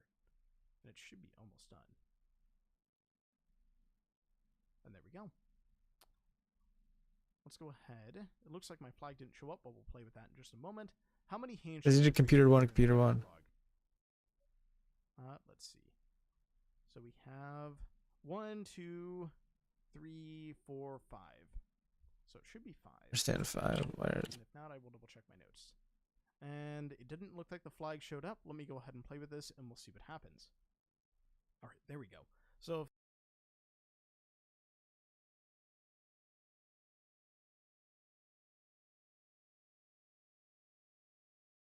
hey everyone, welcome back to another video here on TryHackMe. I'm John, and today we're going to be taking a look at the room DNS in detail.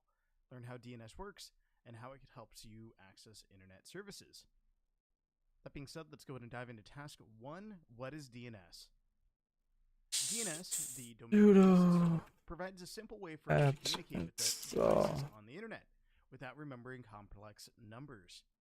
Much like every house has a unique address for sending mail directly to it, every computer Following packages were not required. Address to communicate with, called an IP address. An IP address looks like the following. So you can see this is 4 sets of numbers ranging between 0 and 255, and we can see that right here as well, separated by a period in between these. This is referred to as 4 octets. That is because it comes from the binary notation of this. You'll see this in other representations as well if you go down that addressing, learning about that a little bit more. When you want to visit a website, it's not exactly convenient to remember this complicated set of numbers, and that's where DNS can help. So instead of remembering this exact IP here, you can remember tryhackme.com instead. So here you can see that we have an example DNS record that would be for tryhackme.com that would point to the IP address here. Let's see. For the question, what does DNS stand for? That is the domain name system. And there we go. Let's move into task 2, domain hierarchy. First, let's talk about TLD, or top-level domains. Let me close my streak here. A TLD is the most right-hand part of the domain name. So, for example, the tryhackme.com TLD is .com, and you can see that broken out up here, where we have the period, and then we have our TLDs listed here. There are 2 types of TLD, the GTLD, or the generic top level, and CCTLD, or country code top level domain. Historically, a GTLD was meant to tell the user the domain name's purpose. For example, a .com would be for a commercial purposes, or .org for an organization, .edu for education, and .gov for government. And a CCTLD was used for geographical purposes. For example, .ca for sites based in Canada, and .co.uk for sites based in the United Kingdom, and so on and so forth. Due to such demand, there is an influx of new GTLDs ranging from .online, .club, .website.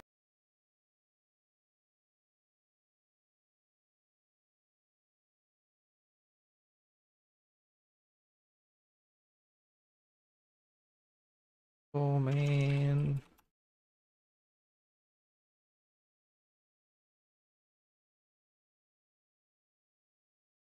Oh, system.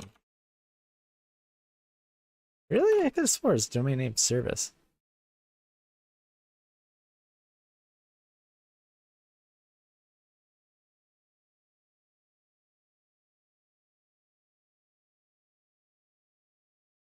Co.uk first. That's what's really confusing. Is co.uk. .co.uk.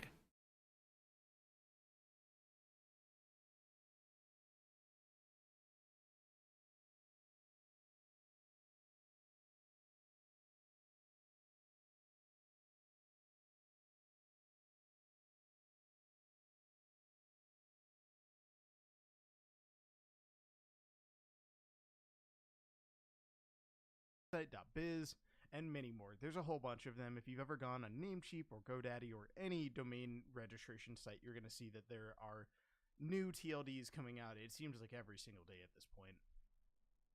For a full list, you can click there. I definitely recommend taking a brief look through them. There are some interesting ones, and it can give you an idea of, especially if you wanted to have your own website at some point, which is something That kind of that for day. resume purposes I highly recommend doing at the Dot, minimum. dot. It's worth just taking a quick, like, half a minute look through there.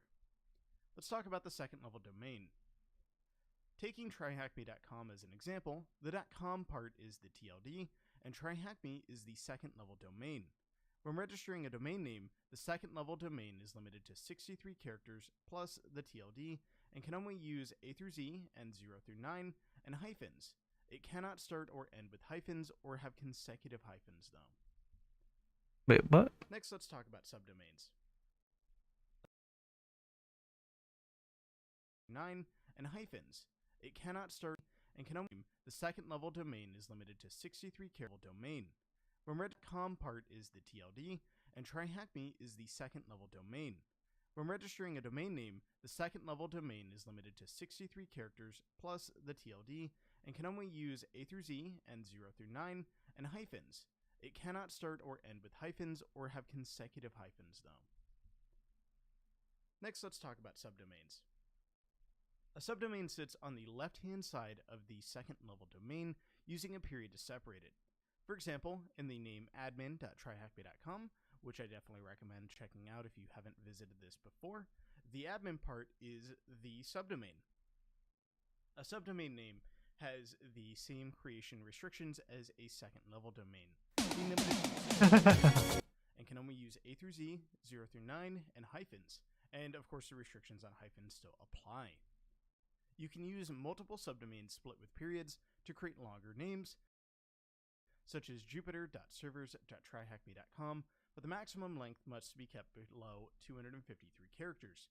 There is no limit to the number of subdomains you can create for your domain name. Now, subdomains, this Meaning is what? important to just know this structure. It comes into play a lot more as we start getting into websites and web hacking and things like that, especially when we're looking at cookies. Let's take a look at the questions below. What is the maximum length of a subdomain? I believe that was 63 characters, so we'll go ahead and submit that. Which of the following characters cannot be used in a subdomain? That's going to be the Underscore. What is the maximum length of a domain name? That is going to be 253 characters. And then what type of TLD is .co.uk? This is going to be CC, TLD, or a country code top level domain.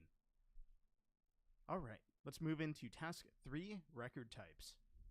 A record. A triple quad A record. DNS isn't just for websites though, and multiple types of domain or DNS records exist. We'll go over some of the most common ones you're likely to come across.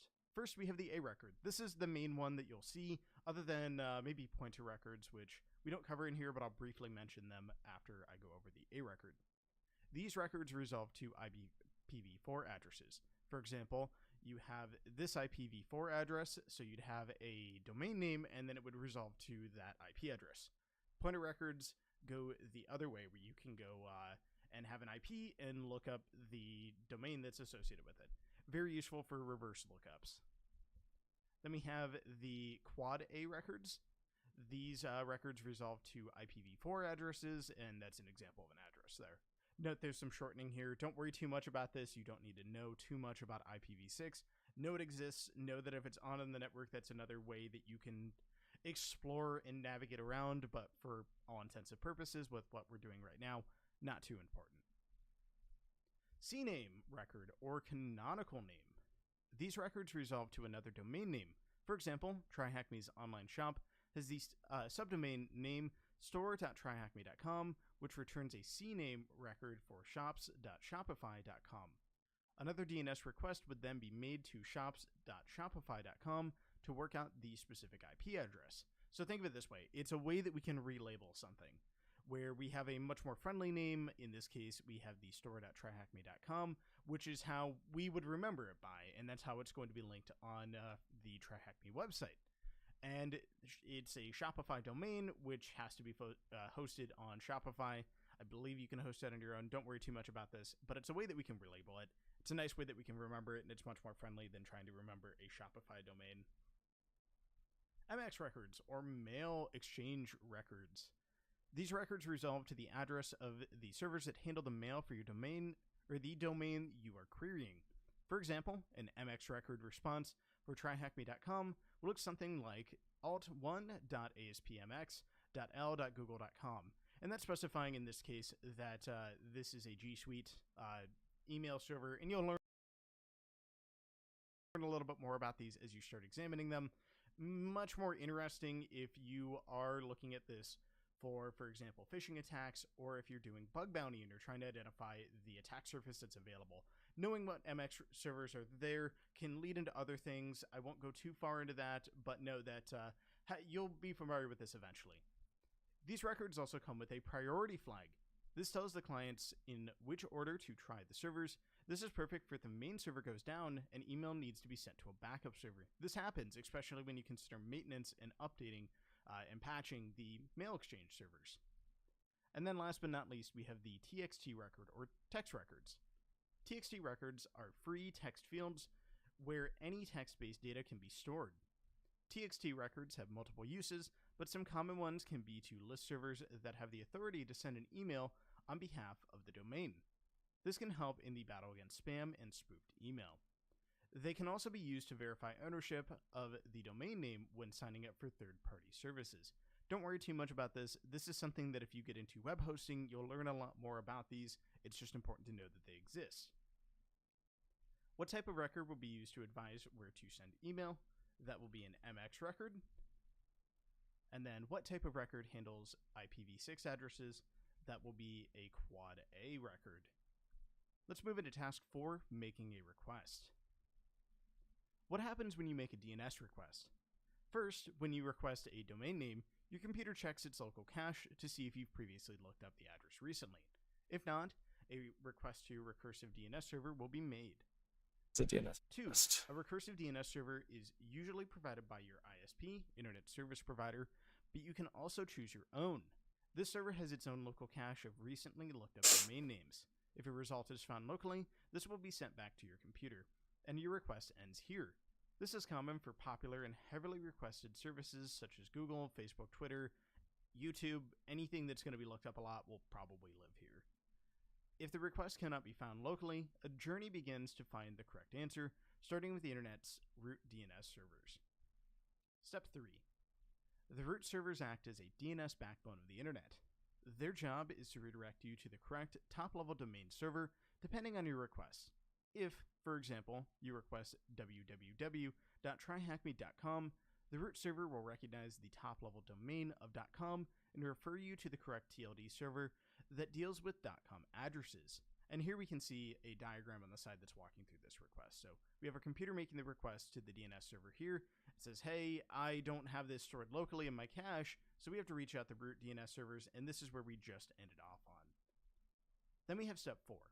The TLD server holds records for where to find the authoritative server to answer the DNS request. The authoritative server is often known as the name server for the domain. For example, the name server for tryhackme.com is kip.ns.cloudflare.com, and we have a second one here as well. You'll often find multiple name servers for a domain name to act as a backup in case one goes down. So here we can see this has been sent over to try to find, hey, what name server actually holds these records? And you can see that we're drilling down through these servers in order to find a more fine-grained server that's responsible for what we're looking for. And then we have step 5. An authoritative DNS server is the server that is responsible for storing DNS records for a particular domain name and where any updates to your domain name DNS records would be made.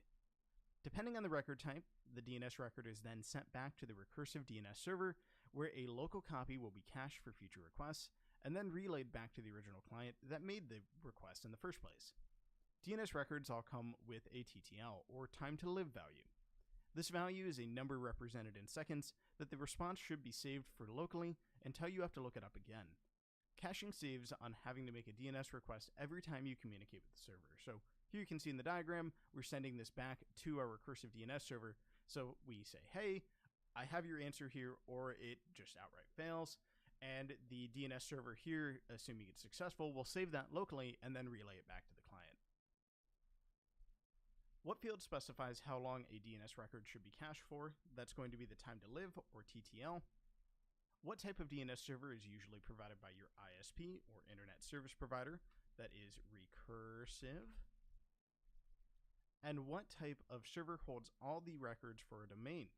That is going to be authoritative. Using the website on the right, we can build a request to make DNS view the results. Website also show the command you need to run on your own computer if you wish to make the request yourself. Let's look up.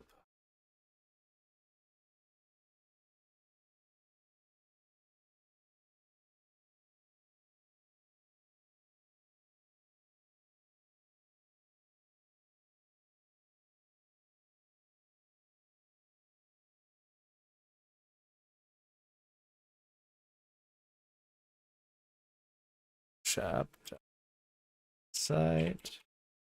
Yep.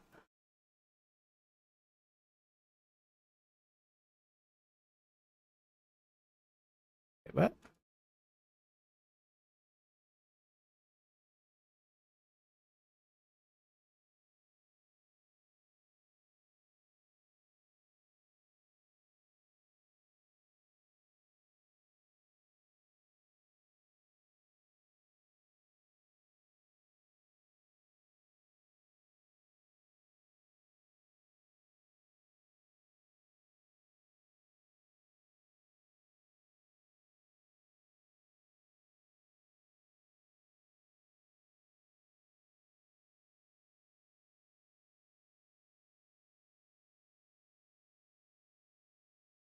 And there we go.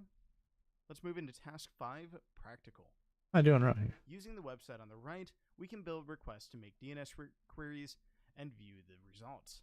Let's go ahead, we'll click on this, and we note that it's going to start spawning the website on the side. The website will also show you the command you need to run on your own computer if you wish to make the request yourself. Let's go ahead, and we can see that the command is listed down here. Oh, it just wants a subdomain. Okay.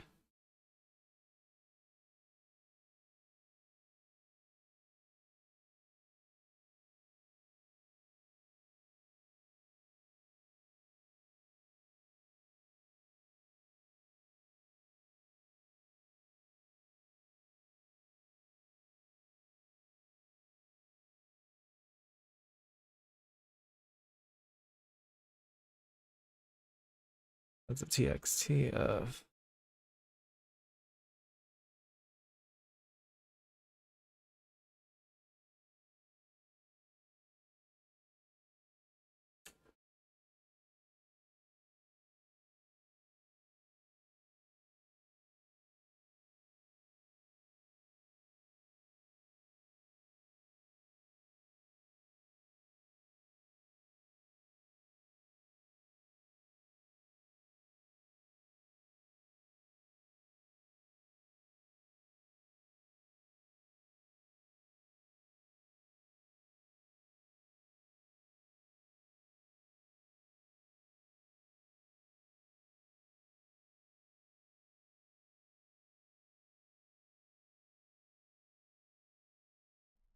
And then what is the IP address for the A record of www.website.thm?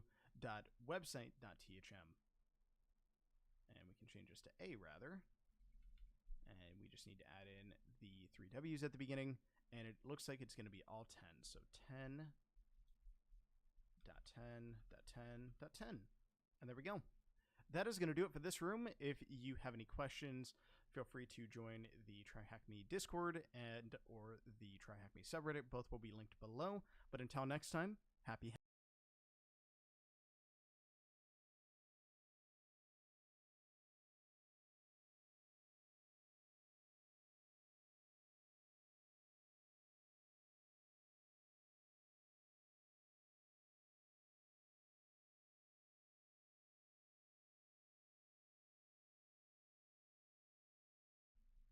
Hey everyone. Hey everyone, welcome back to another video here on Try Hack Me. I'm John, and today we're going to look at the room HTTP in detail. Learn about how you request content from a web server using the HTTP protocol. And if you watched the DNS in detail room, I spoke a little bit to this previously. However, we don't have to worry about that too much quite yet. Let's go ahead and move into task 1. What is HTTP or HTTPS? What is HTTP? Hypertext Transfer Protocol. HTTP is what's used whenever you view a website. Developed by Tim Berners-Lee and his team between 1989 and 1981, HTTP is a set of rules used for communicating with web servers for the transmitting of web page data, whether it is HTML, images, videos, and so on and so forth. How about the secure version? HTTPS is the secure version of HTTP. HTTPS data is encrypted, so it not only stops people from seeing the data you are receiving and sending, but it also gives some assurances that you're talking to the correct web server and not something impersonating it, because there's a signature field there. Don't worry too much about that. Just know that there are systems built in there just to make sure that this is as safe as it can be. Answer the questions below. What does HTTP stand for? That stands for Hypertext Transfer Protocol. And there we go. What does the S in HTTPS stand for? That'll be secure. On the mock web page on the right, there is an issue. Once you found it, click on it. What is the challenge flag? So let's see. The biggest thing that's jumping out here is this lock. That's indicating that it's not secure because it's HTTP. That is a security issue. So we can go ahead and highlight this, and don't worry if this is a little bit small. We'll paste that in there, and we can see that we have the flag THM invalid HTTP cert. And there we go. Let's move into task 2, requests and responses. When we access a website, your browser will need to make requests to a web server for the assets such as HTML, images, and to download the responses. Before that, you need to tell the browser specifically how and where to access these resources. This is where URLs will help. What is a URL? Short for Uniform Resource Locator. If you've used the internet, you've used a URL before. A URL is predominantly an instruction on how to access a resource on the internet. The below image shows what a URL looks like with all of its features. It does not use all features in every single request though. First, we have the scheme here at the start. This instructs on what protocol to use for accessing the resource, such as HTTP, HTTPS, FTP, and so on and so forth. We have the user, which is our user, and then we have a password here separated by a colon. Some services require authentication to log in, and you can put a username and password into the URL to log in. Then we have the host, which is the domain name or IP address of the server you wish to access. That's going to be right here. We have the actual port that we're communicating on, which is what we're going to connect to. Usually this is going to be 80 for HTTP and 443 for the secure version. But this can be hosted on any port between 1 and 65,535. But traditionally this is going to be what they live on. Either that or 8080 is another common port to see, but we won't go too far into that. That's something that's a little bit more in the realm of CTFs. Then we have the path, which comes after this /, and that's the file name or location of the resource you're trying to access. We have the actual query string, which is the extra bits of information that can be sent to the requested path. For example, the blog, and then we have question mark, ID equals 1, would tell the blog path that you wish to receive the blog article with the ID of 1. And then we have the fragment. This is a reference to the location, and we can see it up here, on the actual page requested. This is commonly used for pages with long content and can have certain parts of the page directly linked to it, so it is viewable to the user as soon as they access the page. Don't worry too much about this, just know that we need to know this part primarily, as well as this part. Let's go into making the request. It is possible to make a request to a web server with just one line. Get /HTTP/1.1. So we have the request method right here with get, the page being requested, so the actual root, and then the protocol and the actual version there. But for a much richer web experience, you'll need to send other data as well.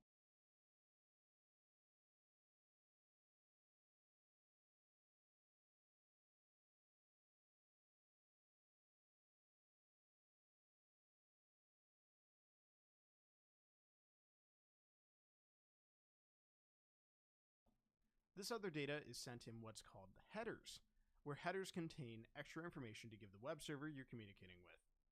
But we'll go into this in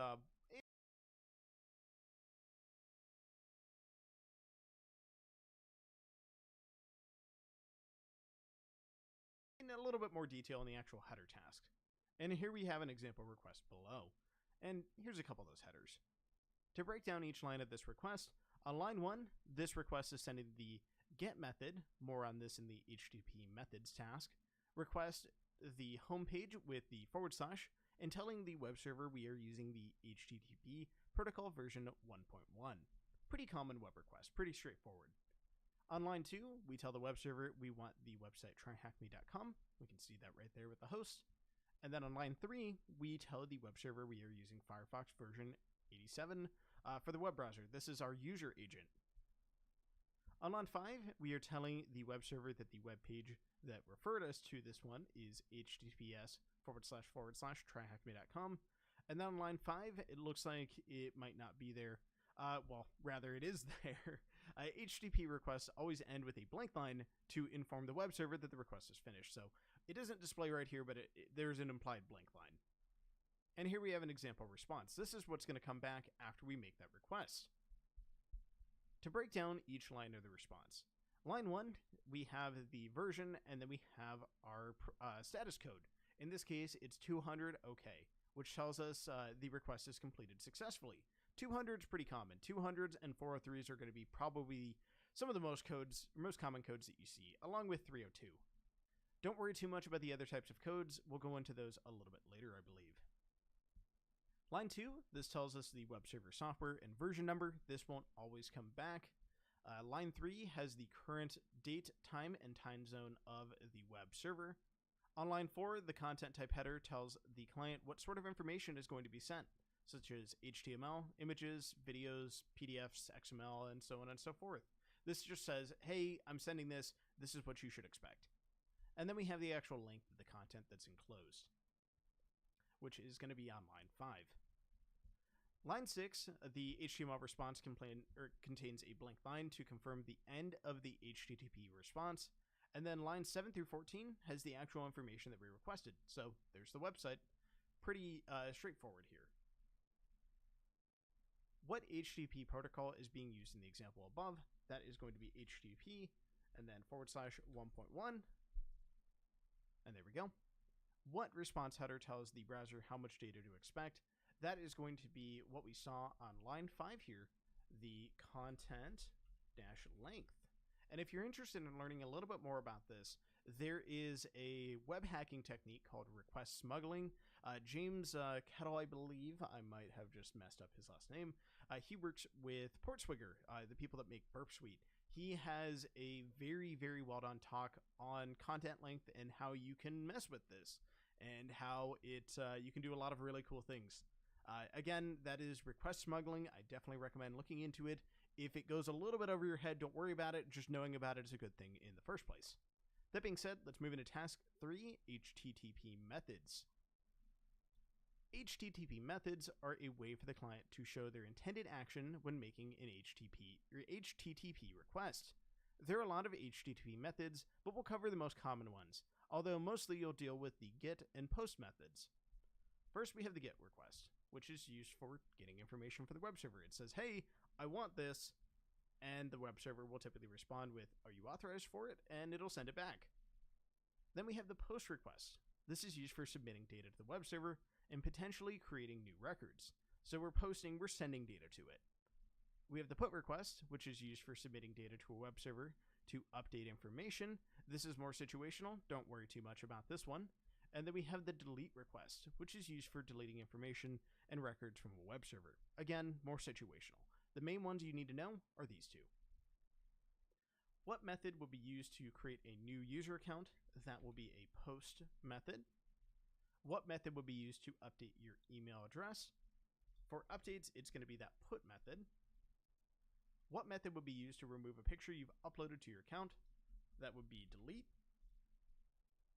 What method will be used to view a news article? And that will be get. And there we go. Let's move into task 4, HTTP status codes. Let's go ahead and click on this so we can view the site. In the previous task, you've learned when an HTTP server responds. The first line always contains a status code informing the client of the outcome of their request and potentially how to handle it.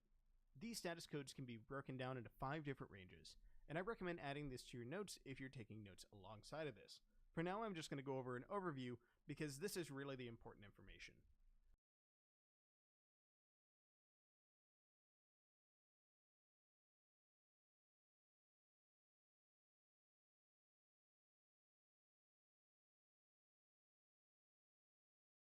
I'm glad I have permission to access this notebook. Why?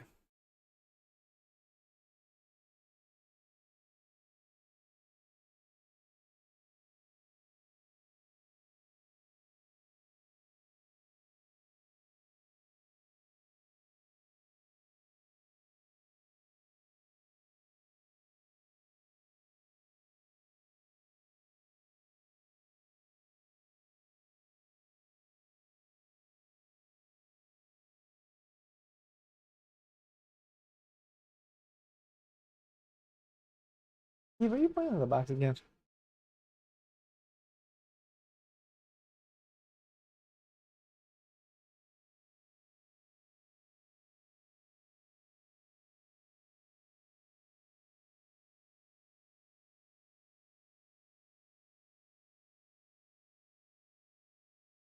So the 100s are going to be an informational response. It'll tell you something about what comes back.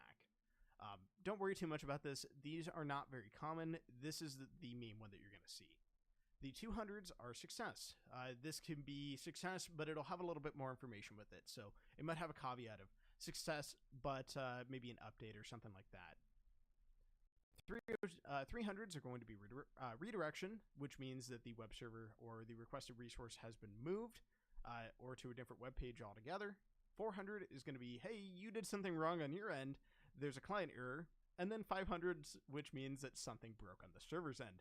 If this ever happens, it's probably worth digging into because these are interesting errors. Again, the main ones you're going to see are these. So client errors can range from things like something is actually malformed in the request to you don't have permission to access that. Again, very common. Common HTTP status codes. There are a lot of different HTTP status codes, and that's not including the fact that applications can even define their own. We'll go over the most common HTTP responses you were likely to come across. So first we have 200, which is okay, just means the request was completed successfully. Then we have 201, which is created. A resource has been created, for example, a new user or a new blog post. 301 is going to be a permanent redirect. This redirects the client's browser to a new web page or tells search engines that the page has been moved or somewhere else and to look there instead. Then we have 302, which is a temporary redirect. Similar to the above permanent redirect, but as the name suggests, this is only a temporary change and may change again in the near future. Then we have 400s, which is an actual bad request, so that's where we get into the actual malformed bit. This tells the browser that something was either wrong or missing in the request that was received. This could sometimes be used if the web server resource that is being requested expected a certain parameter and the client didn't send it. So, for example, with the blog, we requested the ID equals 1. What if we didn't include that ID? It might send back a, hey, what are you asking for with a 400? Next we have 401, which is the not authorized.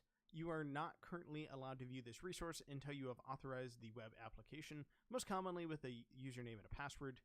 Then we have 403, very, very similar to 401 because it's in that 400 category. You do not have permission to view this resource, whether you are logged in or not. 405, which is the method not allowed. This resource does not allow this method request. So, for example, you send a GET request to a resource for creating an account. When it was expecting a POST request instead, it's going to say, hey, what are you doing? And it'll send back a 405 error. Next, we have the 404 page request.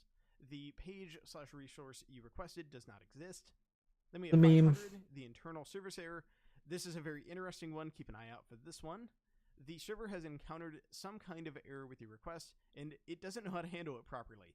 This can usually be indicative of a deeper problem or something has gone very wrong. And then we have 503, service unavailable. The server cannot handle your request as it's either overloaded or down for maintenance. I recommend taking this block along with the block above it and put those into your notes. Just really good to start memorizing, especially if you're going into web hacking. Click the View Site button on the top right, which we've already done, to see some of these HTTP status messages in the browser. And we can see that we have a couple example ones here. So first we have 403, which is forbidden. 404, it's not there. And then 503, it's temporarily unavailable. What response code might you receive if you've created a new user or blog post article? That'll be 201 created. What response code might you receive if you've tried to access a page that doesn't exist? That will be the good old 404 error. What response code might you receive if the web server cannot access its database and the application crashes? Not great. That should be, I believe, a 500 error. Yeah, that's what I thought, but Maybe not. Let's see. Let's try 503 for that. And there we go. And what response code might you receive if you try to edit your profile without logging in first? That should be, I believe, a 401. Let's double check. Not authorized, so we need to log in. We'll go and submit that. And there we go. Let's move into task 5, headers. Headers are additional bits of data you can send to the web server when making requests. Although no headers are strictly required when making an HTTP request, you'll find it difficult to view the website properly otherwise.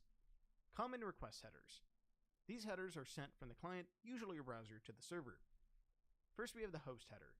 Some web servers host multiple websites, so providing the host headers, by providing it, you can tell it which one you require. Otherwise, you'll just receive the default website for that server. Next, we have the user agent. This is your browser software and the version number. Telling the web server your browser software helps it format the website properly for your browser, and some elements of HTML, JavaScript, and CSS are only available in certain browsers. This mostly comes up when Internet Explorer, yep. as much as it shouldn't exist still, gets in the mix. Internet Explorer doesn't support a lot of things and isn't very well kept up. If you look up Internet Explorer compatibility issues, you should find plenty of them. Just look through that. It'll give you a good idea of why this is really important. Next, we have content length. I talk about this quite a bit. It's going to be the length of the actual data that is in there. And this is done as a way to ensure that it's not missing any data, so that the entire request was actually received, or response in that case. And then accept encoding. This tells the web server what types of compression methods the browser supports, so the data can be made smaller for transmitting over the internet. Hey, what are you doing? And then last but not least, we have cookies, which is the data sent to the server to help you remember your information. See the cookies task for more information on this, and we'll talk about this. I hear you playing with something that I don't.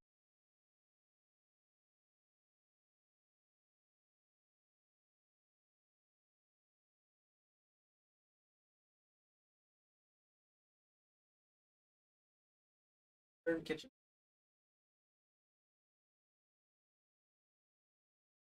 Google turn. Okay, on 5 light.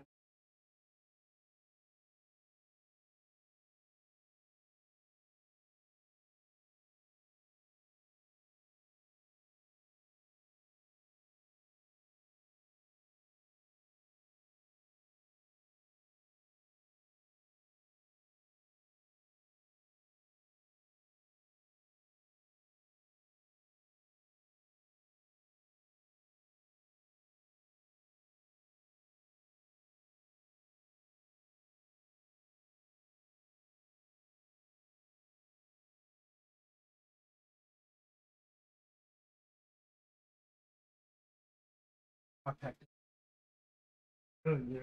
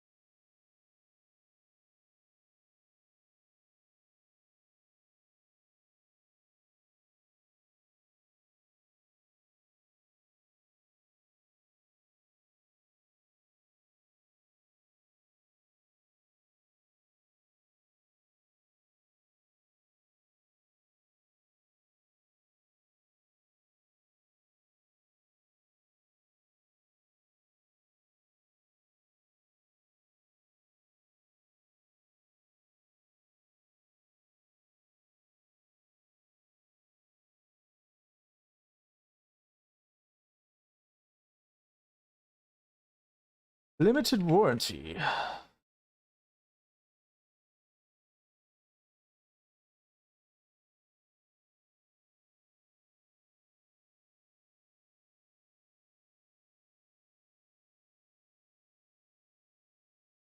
Should you need to return your Swiss gear product, please contact our customer service group with proof of purchase.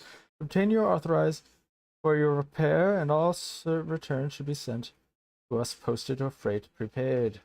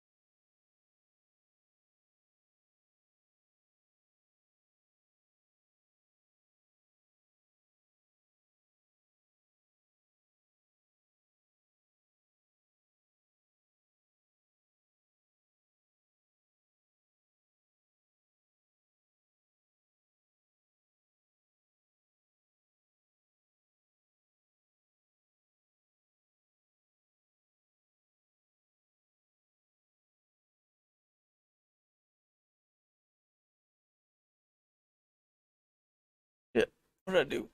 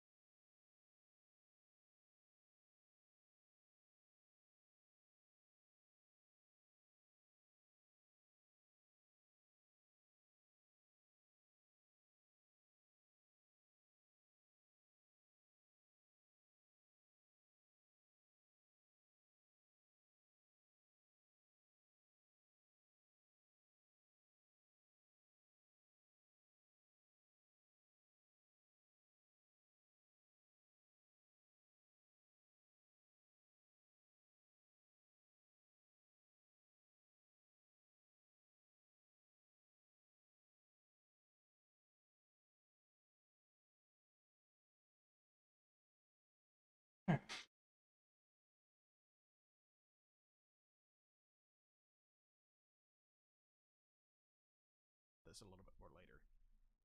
Common response headers. These are headers that are returned to the client from the server after a request.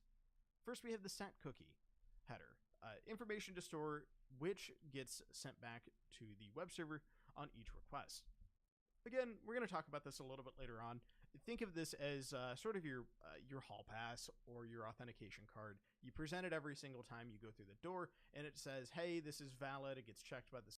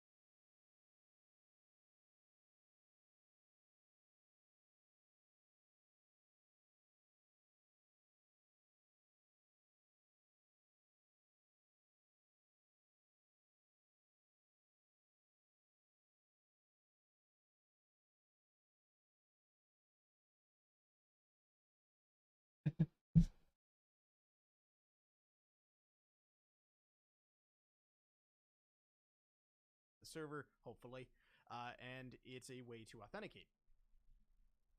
Cache control, how long to store the content of the response in the browser's cache before it requests it again. This saves on bandwidth and was much more important in the early days of the internet. Not a big deal at this point, but it still saves a bunch of data. Content type, this tells the client what type of data is being returned. We talked about this already in a previous task. This can be a source of error. Don't worry about this too much right now, but this is something that as you get into web hacking, you will become very much more used to, because you can do a lot of bad things with that. And then content encoding. What method has been used to compress the data to make it smaller when sending it over the internet? Answer the questions below. What header tells the web server what browser is being used? That is going to be our client, or user agent rather. So user-agent. And what header tells the browser what type of data is being returned? That is going to be the content type. And what header tells the web server which website is being requested? That is going to be the host header. And there we go. Let's move into task 6, cookies. Let's go ahead and click on the view site button. You've probably heard of cookies before. They're just a small piece of data that is stored on your computer, ironically in a spot that's named the cookie jar. That is a real thing and is something that your browser uses. Cookies are saved when you receive a set cookie header from the web server. Then every further request you make, you'll send the cookie back to the website server. This is a little bit finer grained detail, and you'll get into this when you start learning about the finer ins and outs of cookies, but generally speaking, it'll be sent back to every request to that same website, as long as it matches. Because HTTP is stateless, and it doesn't keep track of your previous requests, cookies can be used to remind the web server who you are, some personal settings for the website, or whether you've been to the website before. Let's take a look at this as an example HTTP request. So here we can see that we have a GET request, and we have just our basic headers here. and we can see that we have our response and a little bit of data. We are going to post a little bit more data, which is our actual login here.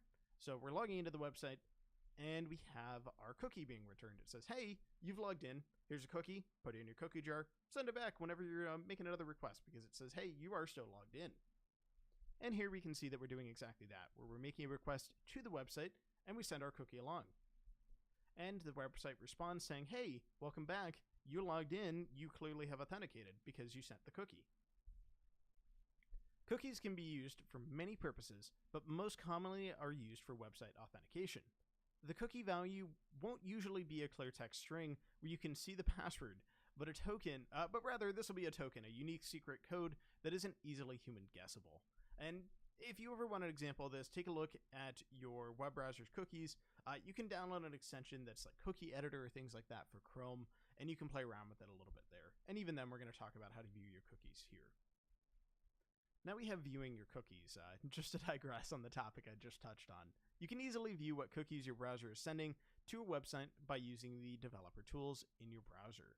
If you're not sure how to get the developer tools in your browser, click on the View Site button on the top of this task for a guide. So here we can see that we have a guide here. And this will show how to actually get it with Firefox. And it looks like just Firefox, but pretty straightforward. Oh, it shows you other Once you have developer things. tools open, click on the Network tab. This tab will show you a list of all the resources your browser has requested. You can click on each one to receive a detailed breakdown of the request and response. If your browser sent a cookie, you will see these on the Cookies tab of the request. Let's take a look at the question here. Which header is used to save cookies to your computer? That is going to be the set cookie header. As long as I typed it correctly. And there we go. Let's go ahead and move into task 7, making requests. We'll go ahead and click on the View Site button there. This is an emulator for making demo HTTP requests. Using what you've learned from the tasks above, you can use it to complete the questions below. Make a GET request to the /room.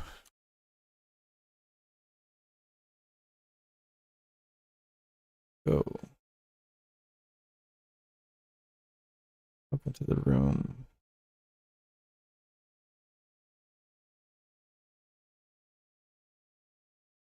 Get request to /blog using the Gira account set ID parameter 1.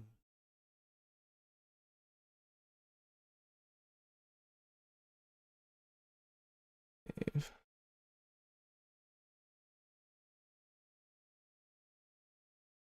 /blog. Go.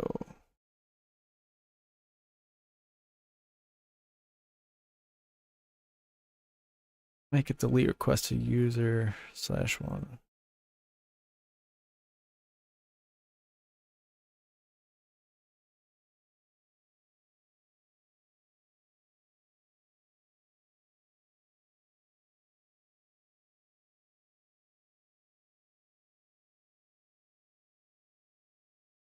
Make a put request to user /2 and set the parameter to admin.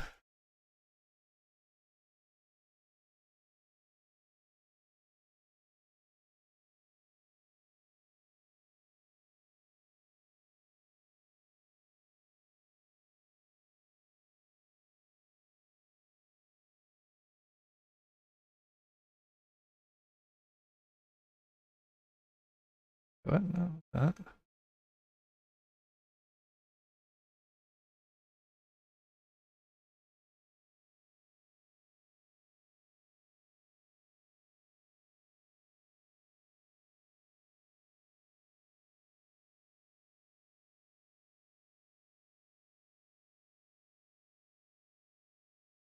Oh, that's why it's ID, not username.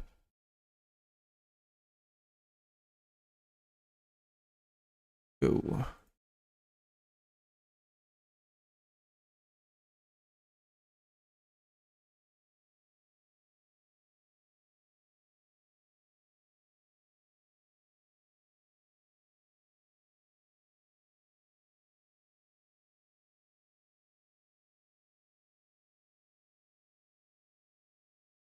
There you go.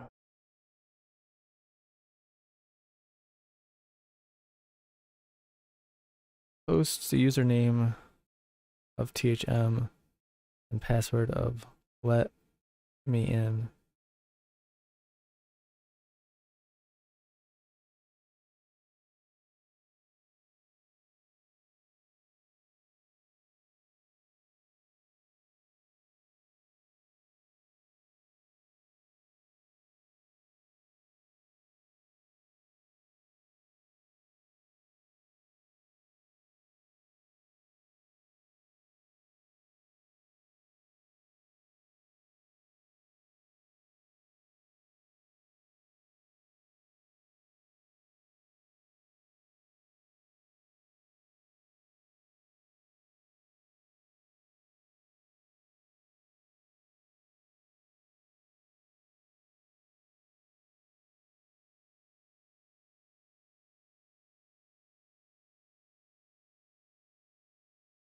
Make a GET request to /room.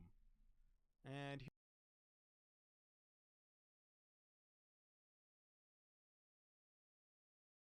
Wait, what? Oh, where did I miss something?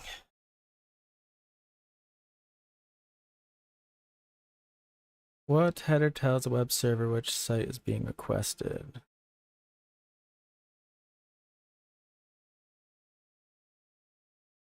Oh, there you go.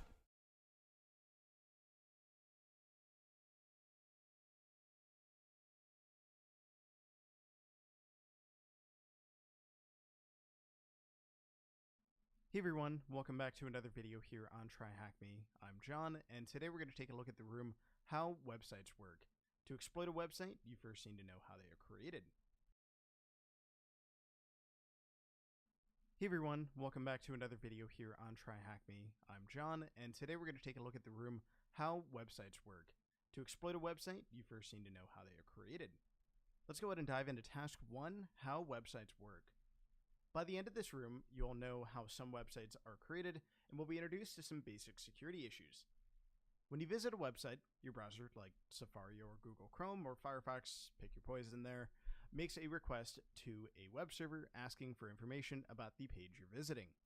It will respond with data that your browser uses to show the page. A web server is just a dedicated computer somewhere else in the world that handles your request. So we are sending a request saying, hey, can I get this website? Hey, can I get this website? On this website, and the web server will send back that information, or it'll say, hold on, I can't do anything with an error code or something like that. Let's go ahead and dive in here, though. And here we can see an Test diagram. plus. We have us on our browser that we are making the request from the browser, goes over the magical, wonderful fairy cloud that is the internet, and then we can see it emerges on the other side where the web server lives. The web server will respond with the appropriate code, rather. Typically, this is going to be 200. Don't worry too much about that right now, but it's going to have the content from the web page, generally speaking. And this goes back over the internet, back to our web browser, which can interpret that and render the web page, which is what we actually see here. There are two major components that make up a website. First, we have the front end, or the client side, the way your browser renders a website. This is what we actually see. And the back end, which is server side, a server that processes your request and returns a response. There are many other processes involved in your browser making a request to a web server, but for now, you just need to understand that you need to make a request to a server, and it responds with data your browser uses to render information to you. So, a little bit of a back and forth pattern there. What term describes the way your browser renders a website? That is going to be the front end. That's it. There we go. Let's move into Task 2, HTML. Hey, go back. That is going to be the front end.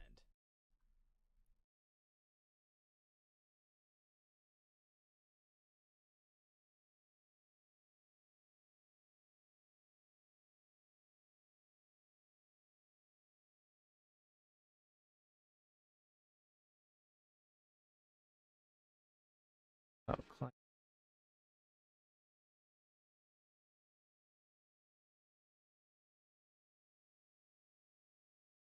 And there we go. Let's move into Task 2, HTML. Websites are primarily created using HTML, which is to build websites and define their structure, CSS or cascading style sheets to make websites look pretty by adding styling options, and then JavaScript, which implements the complex features on pages using interactivity. Hypertext Markup Language, or HTML for short, is a language websites are written in. Elements, also known as tags, are the building blocks of HTML pages, and they tell the browser how to display the content. It's sort of like a map that tells the browser, hey, this goes up in this spot, it needs to go above this other thing, or where it can get things like images and other things like that. The code snippet below shows a simple HTML document, the structure of which is the same for every website, where we can see that we have the doc type declared up at the top, along with some other interesting details that we'll go over in just a moment. The HTML structure, as shown in the screenshot, has the following components. The doc type HTML defines that the page is an HTML5 document. This helps the standardization across different browsers and tells the browser to use HTML5 to interpret the page. The HTML element is the root element of the HTML page. All other elements come after this element. So think of it this way. We need to have HTML here at the start and then a closing tag at the bottom. It is a sandwich that holds everything else in because, in order to make a sandwich, if you're making a normal sandwich, that is, you need to have a slice of bread on the top and a slice of bread on the bottom. Everything else is kind of in an order, but we'll see how that devolves in the case of this website. Next, we have the head element, which contains information about the page, such as the page title. And we can see that's right up here with this title tag. And that would be the example of something that would be on top. The body element is the next one, which defines the HTML document's body. Only content inside the body is shown in the browser. So this is where your actual content of the website would be. So, for example, let's talk YouTube. The the player is going to be in the body of that. That's because it's what renders and what we see on this web page. The H1 element defines a large heading. This can go from 1 to, I believe, 6, if not a little bit further, where the 1 is the biggest one, and as you increment that, it gets a little bit smaller. And then we have the P element, which defines a paragraph. That can just be a bunch of text on the website. This doesn't necessarily have to be a proper paragraph like you were probably taught in English class. However, this is something that it just says, hey, there's a bunch of text here. There are many other elements, tags, used for different purposes. For example, there are tags for buttons, so we have the button tag there, images, IMG, lists, and much more. Tags can contain attributes such as the class attribute, which can be used to style an element. So for example, we would use it to make it a different color. So we have this paragraph, which its class is bold text, or the source element, or attribute rather, which is used on images to specify the location of the actual image. So here we can see with this image tag, we have our source, and then actually says, hey, within the actual web server, we need to go into the image folder, and then we're going to grab cat.jpg. An element can have multiple attributes, each with its own unique purpose. So for example, we have paragraph, attribute 1, value 1, and so on and so forth. This is just useful for whenever we need to actually call or navigate this document, or what's called the DOM, within either our styling with the CSS or further on within the JavaScript.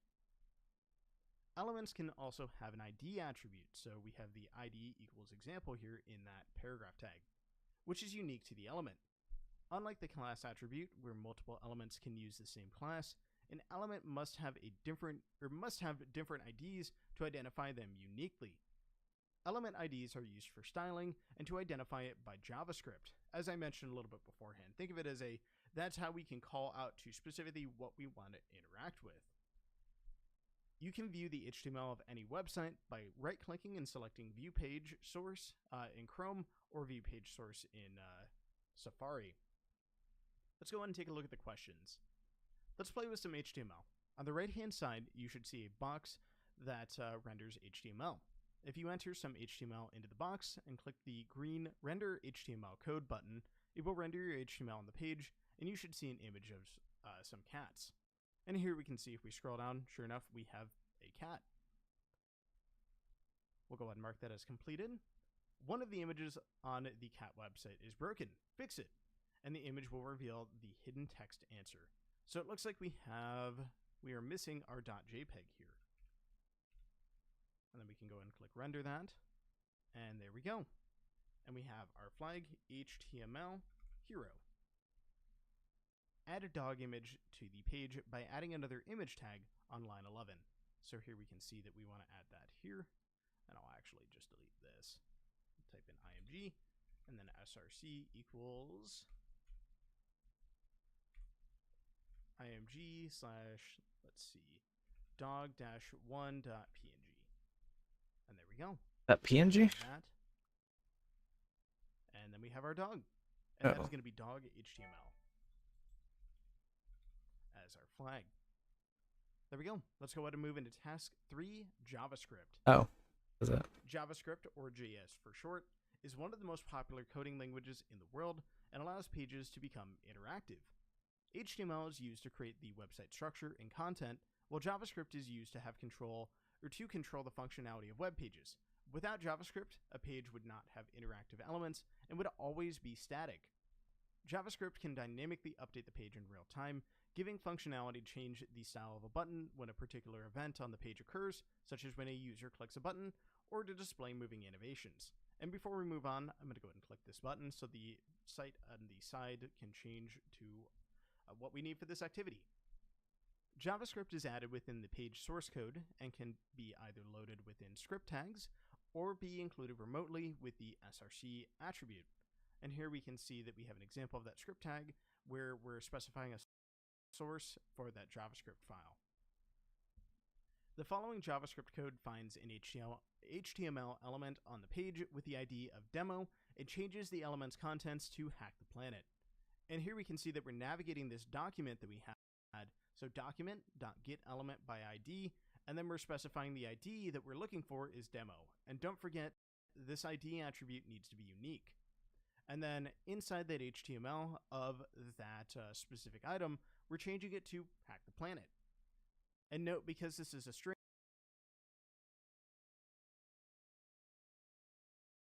don't worry too much about this right now. If this is sounding confusing, because this is a string, it needs to be enclosed in quotes. HTML elements can also have events, such as onClick or onHover, that execute JavaScript when the event occurs. The following code changes the text of an element with the demo ID to button clicked.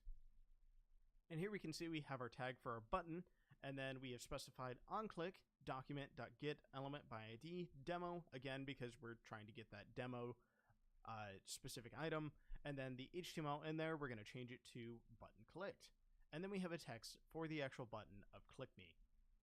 OnClick events can also be defined inside the JavaScript script tags and not on the elements directly. Answer the questions below. Click the View Site button on this task. On the right-hand side, add JavaScript that changes the demo element's content to hack the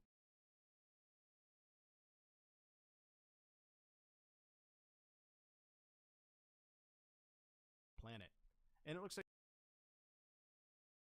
we have a spot for JavaScript right there.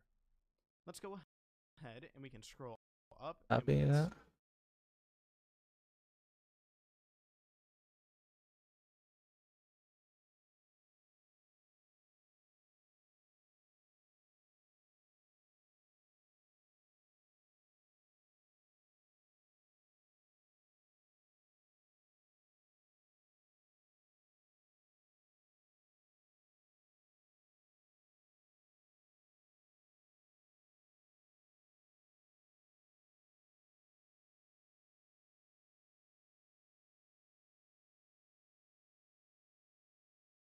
Add the button from HTML for this task.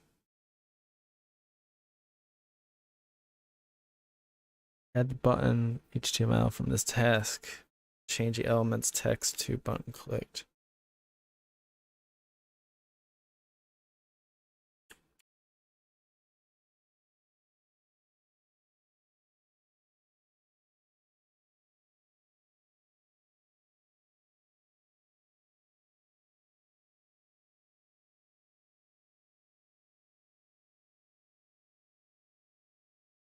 Ah, shit. Hey everyone, welcome back to another button. So we already have script tag document.getElementById demo, again because we're trying to get that demo specific item, and then the HTML in there, we're going to change it to button element with the demo ID to button clicked. And here we can see we have our tag for our button, and then Oh shit, I didn't get all this. Document.get element by ID demo, again because we're trying to get that demo specific item, and then the HTML in there, we're going to change it to button clicked. And then we have a text for the actual button of click me. On-click events can also be defined inside the JavaScript script tags and not on the element by document.get element by ID. And note, this is case sensitive, so if something isn't working, be sure to check that everything is cased out correctly. You can also copy this directly over if you'd like. And then we're looking for the demo element, and then inner HTML, since we want to change what the HTML is right here, hack the planet. And there we go. And we typically, because we have our pop-up here, this is add the button HTML from this task that changes the element's text to button clicked on the editor on the right. Update the code by clicking render HTML plus JS code button, and then click the actual button.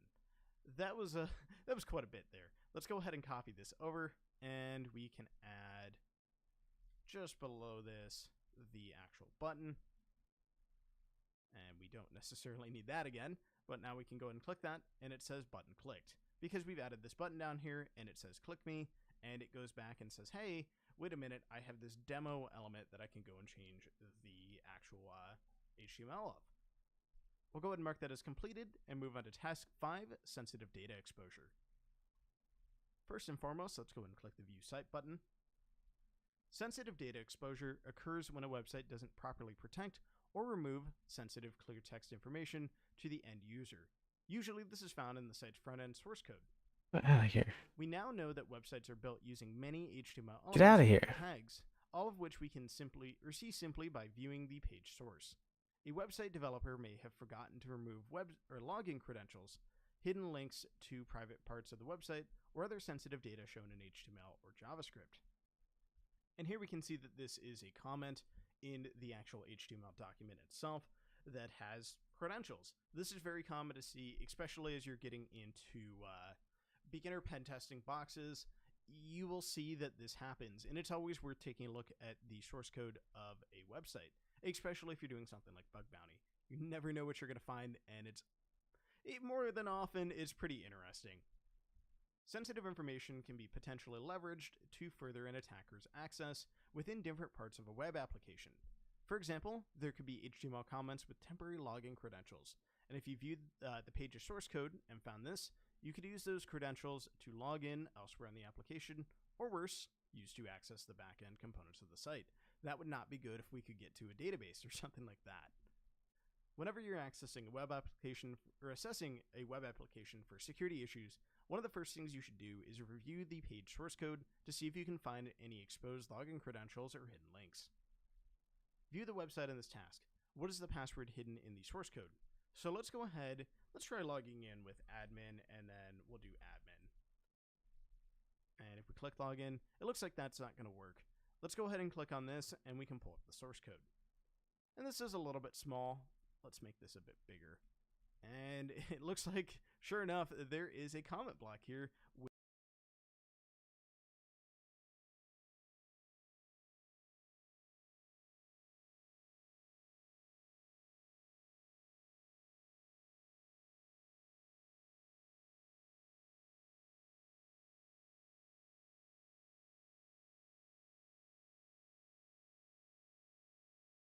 test pass WD that should allow us to log in. Let's type that in here. And let's try admin test pass WD just to see what happens. And congratulations. I don't know what I expected. Oh well, we'll take it. Let's move into the final task, HTML injection. As always, let's go ahead and click the View Site button. HTML injection is a vulnerability that occurs when unfiltered user input is displayed on the page. If a website fails to sanitize user input, so filter any malicious text that a user inputs into a website, and that input is displayed on the page, an attacker can inject HTML code into a vulnerable website. If this doesn't make a ton of sense, think of it this way: we can essentially see how remote you- code and potentially do a lot of bad with this, from remote code execution to cross-site scripting or other things like that. If this is going over your head right now, don't worry too much about it. Just know that if we can add code to a website as an end user, that's very bad. Input sanitization is very important in keeping a website secure, as information a user inputs into a website is often used in other front-end and back-end functionality. A vulnerability you'll explore in another lab is database injection, where you can manipulate a database lookup query to log in as another user by controlling the input that's directly used in the query. But for now, let's focus on HTML injection, which is client-side. That means it's going to show up on our actual page. When a user has control of how their input is displayed, they can submit HTML or JavaScript code, and the browser will use it on the page, allowing the user to control the page's appearance and functionality. So here we can see that we have an input field here, and we can see that it's going into this JavaScript function, and it's returning back that name up here. That's not good, because this is not sanitized. We're not checking to see if, the person that's putting this in here has bad intentions and is entering something that's kind of dangerous. The image above shows how a form outputs text to the page. Whatever the user inputs into the what's your name field is passed to a JavaScript function and output to the page, which means if the user adds their own HTML or JavaScript in the field, it's used to say in the say hi function and is added to the page, which means you can add your own HTML, such as an h1 tag, and it will output your input as pure HTML. Try saying that 10 times fast. The general rule is to never trust user input. It doesn't matter if you think your users are all wonderful people and they're going to put in, nothing bad. You have to operate on a model of sanitize anything that comes in. It has to happen. If it's not there, you're going to have a bad day. To prevent malicious input, the website developer should sanitize everything the user enters before using it in the JavaScript function. In this case, the developer could remove any HTML tags. Answer the questions below. View the website on this task and inject HTML so a malicious link to http://hacker.com is shown. So let's try. How do I see? Oh, I can see it down You here. can see that it's reflected back up here. And if I go and let's see. We'll do an @ So this is the HTML code for an actual link, and we want to do How would I know that?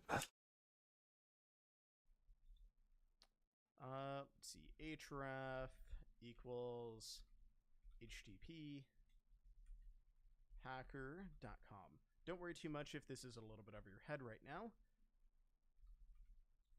And we're going to put this inside here just for funsies. So that's the actual text.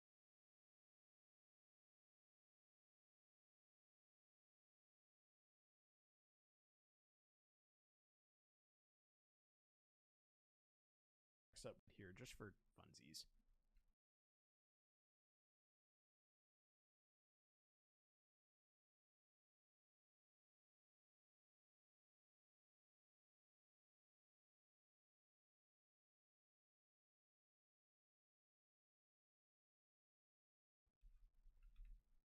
So that's the actual text that will be displayed, and then we need to close out our link tag. And I'll scroll back through this just so you can see everything that's here. Pretty straightforward. So we're just adding in a link to the web page, and then we're specifying, hey, I want you to go here. Hey, go to //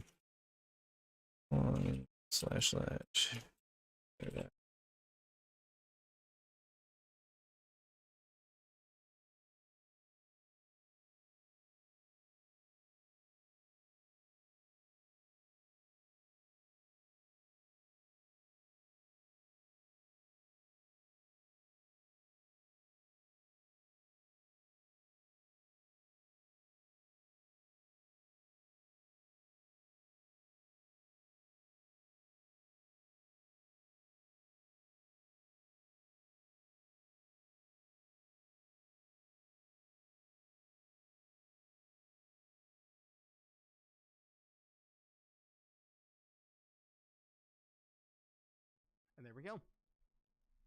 And there we go. That's going to be our answer, and we have our flag HTML underscore injection.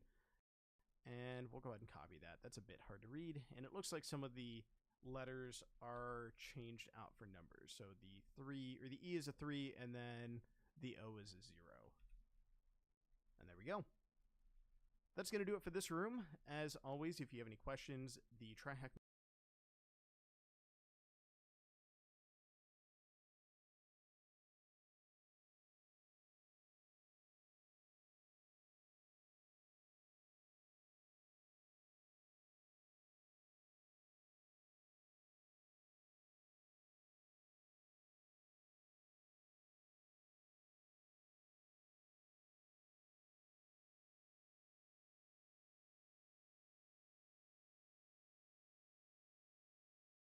Hey everyone, welcome back to another video here on TryHackMe. I'm John, and today we'll be taking a look at the room, putting it all together.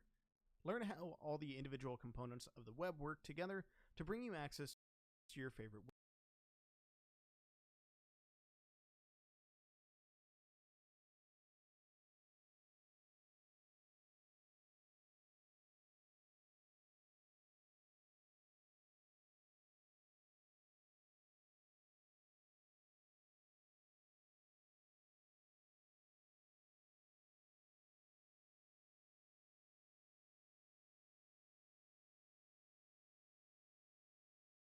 websites. Let's dive into task 1, putting it all together. From the previous modules, you have learned quite a lot of things that go on behind the scenes when you make a request to a web page in your browser. To summarize, when you request a website, your computer needs to know the server's IP address it needs to talk to, and for this, it uses DNS, or the domain name system. Your computer then talks to the web server using a special set of commands called the HTTP protocol, and then the web server returns HTML, JavaScript, CSS, images, and so on and so forth, which your browser uses to correctly format and display the website to you. And here we can see that we have the request here. We are finding the actual IP with DNS. We connect to the actual web server that we want to talk to, and then we can view the website, which sent back the information to us. There are also a few other components that help the web run more efficiently and provide extra features. We'll go ahead and mark this as completed and move into task 2, other components. We'll go ahead and close that. First, we have load balancers. When a website's traffic starts getting quite large or is running an application that needs to have high availability, one web server might be no longer enough to do the job. Load balancers provide two main features, ensuring high traffic websites can handle the load and providing a failover if a server becomes unresponsive. This happens a lot, and that's something that, especially if you get into web dev, you're going to start seeing that high availability is very important. When you request a website with a load balancer, the load balancer will receive your request first and then forward it to one of the multiple servers behind it. The load balancer uses different algorithms to decide which server is best to deal with the request. A couple of examples of these algorithms are round robin, which sends it to each server in turn, or weighted, which checks how many requests a server is currently dealing with and sends it to the least busy server. Load balancers also perform periodic checks with each server to ensure that they are running correctly. This is called a health check, and this is often referred to as a heartbeat to make sure that it's still running. That's something that if you ever get into VMware or virtual machines on an enterprise scale, you'll see a lot of that come up, especially with AWS as well.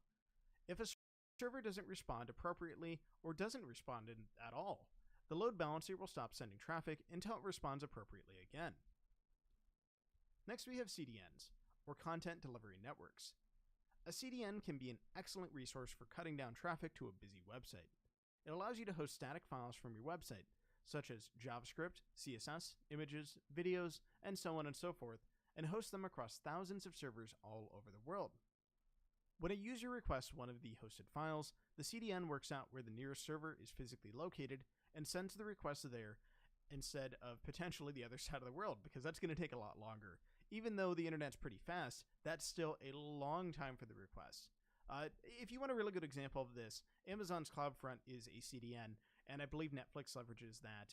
Think of it for Netflix's videos. This is how it knows to send you to a server that's near you, so if you are right next to London in the UK, you will have your request sent to London, a data farm there, rather than somewhere else, maybe in the United States. Next, we have databases. Often, websites will need a way of storing information for their users. Websites can communicate with databases to store and recall data from them. Databases can range from just a simple plain text file up to complex clusters of multiple servers, providing speed and resilience. You'll come across some common databases, such as MySQL, MS SQL or Microsoft SQL, MongoDB, GraphQL, Postgres, and many more. Each has its own specific features, and it's really meant for a specific type of application. Next, we have WAFs, or Web Application Firewalls. A WAF sits between your web request and a web server. Its primary purpose is to protect the web server from hacking or denial of service attacks. A good example of this is actually Cloudflare.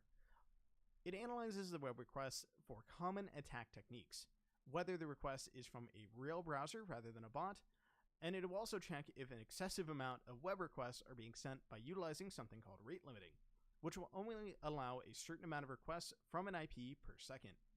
If a request is deemed a potential attack, it will be dropped and never sent to the web server. Let's take a look at the questions below. What can be used to host static files and speed up clients that visit a website? That is a CDN, or a content delivery network. What does a load balancer perform to make sure a host is still alive?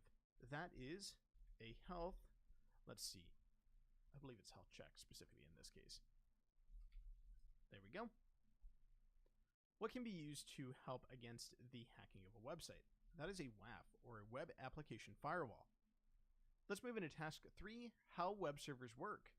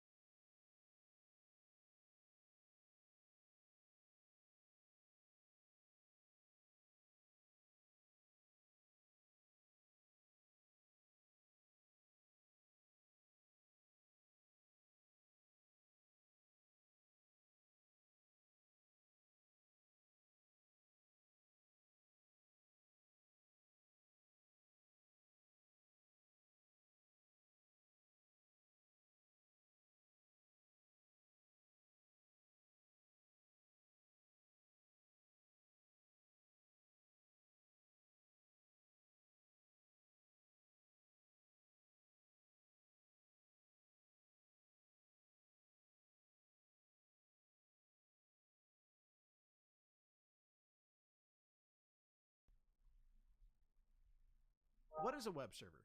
A web server is a software that listens for incoming connections and then utilizes the HTTP protocol to deliver web content to its clients.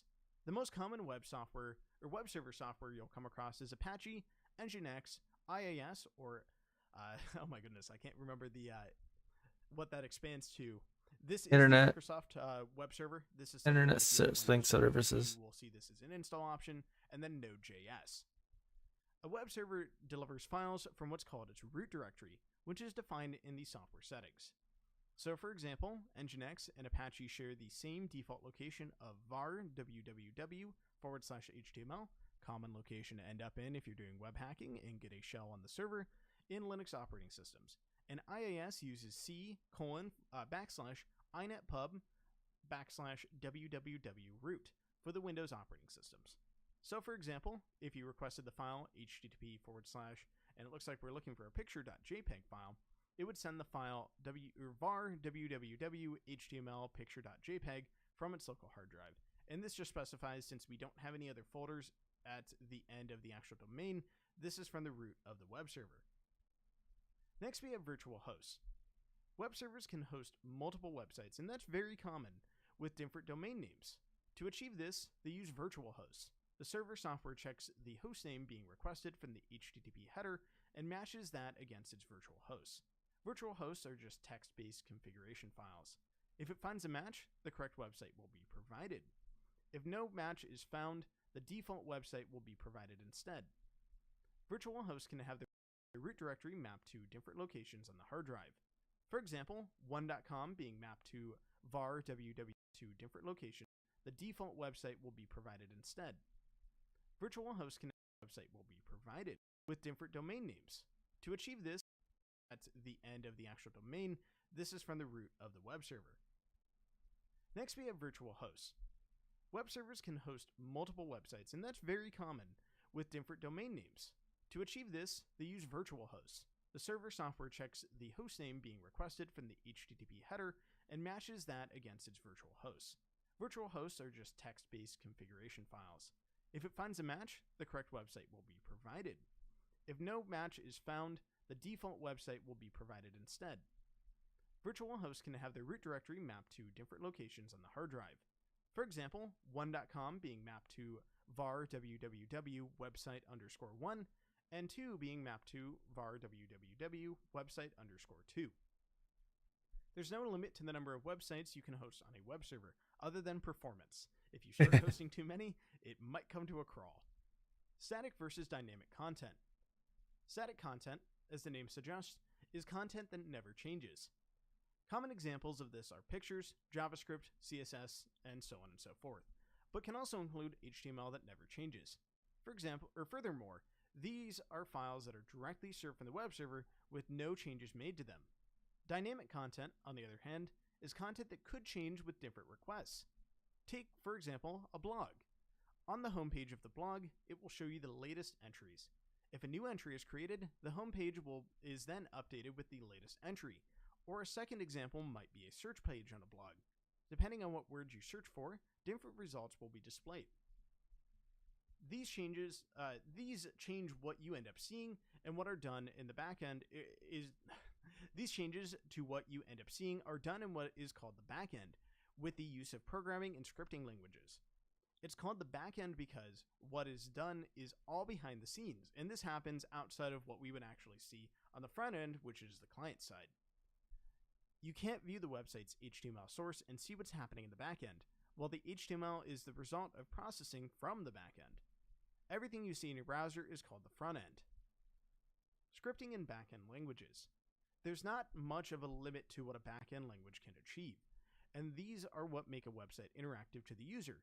Some examples of these languages, in no particular order, are PHP, Python, Ruby, Node.js, Perl, and many more.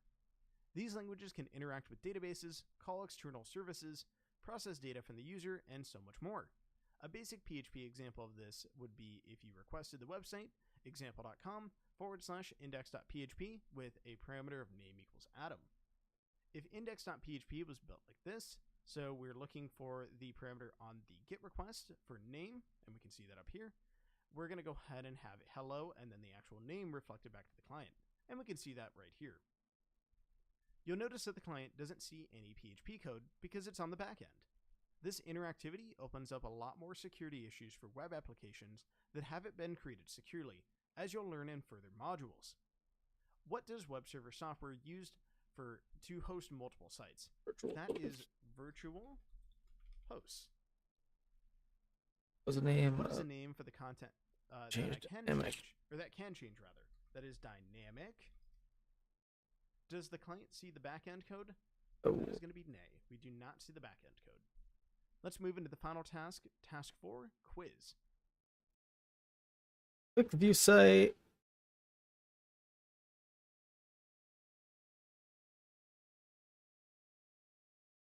Button. Use everything you learned.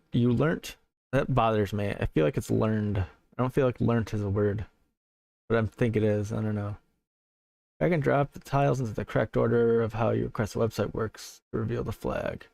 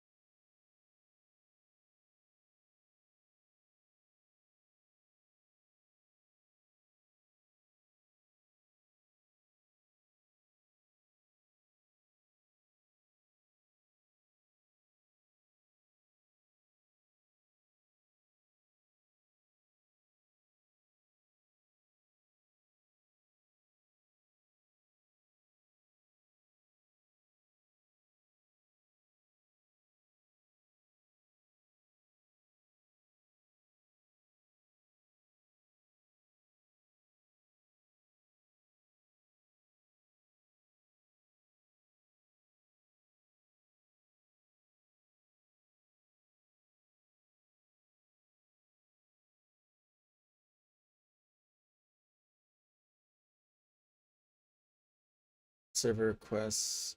See if it get.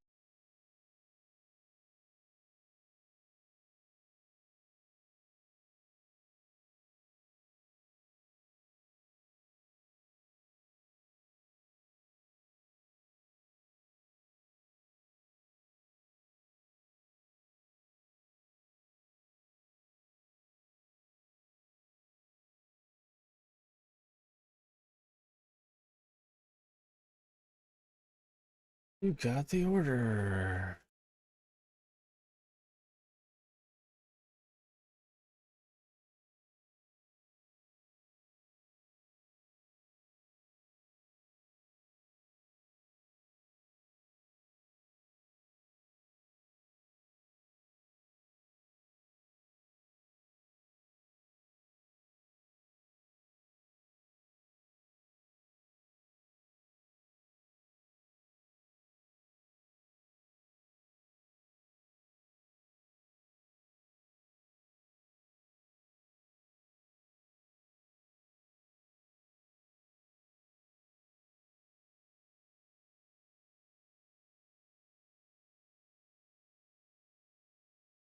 Get rid of it. How do I stab it? You have full screen. I don't want it. No.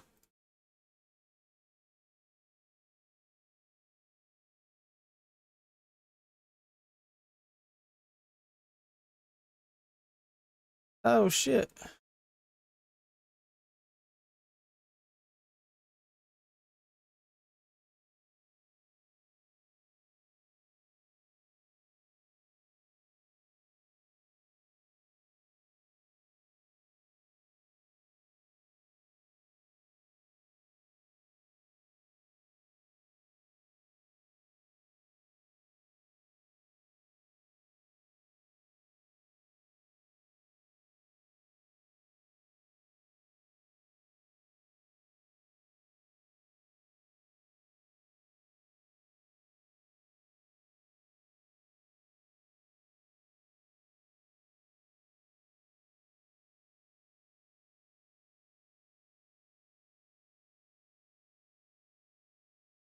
Wait, what? Copy from the browser. Or Shift C. Oh, no, that didn't work.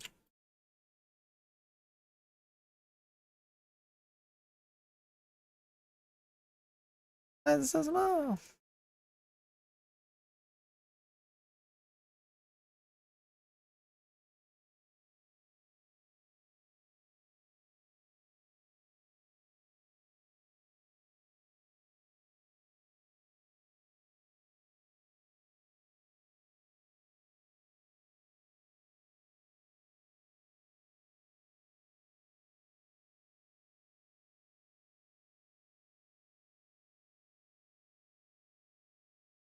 Battle motion control terminated.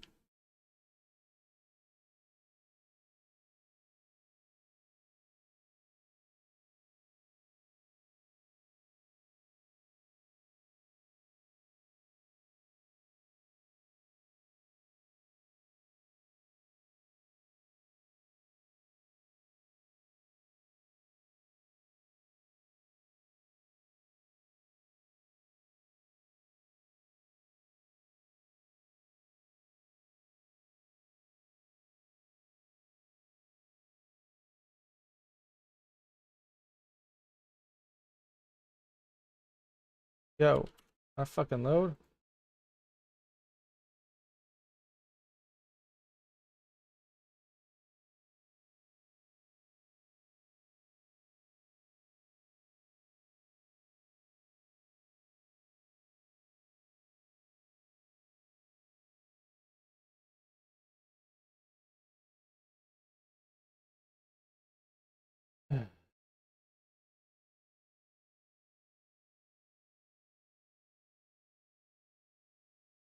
Hey, I'm connected.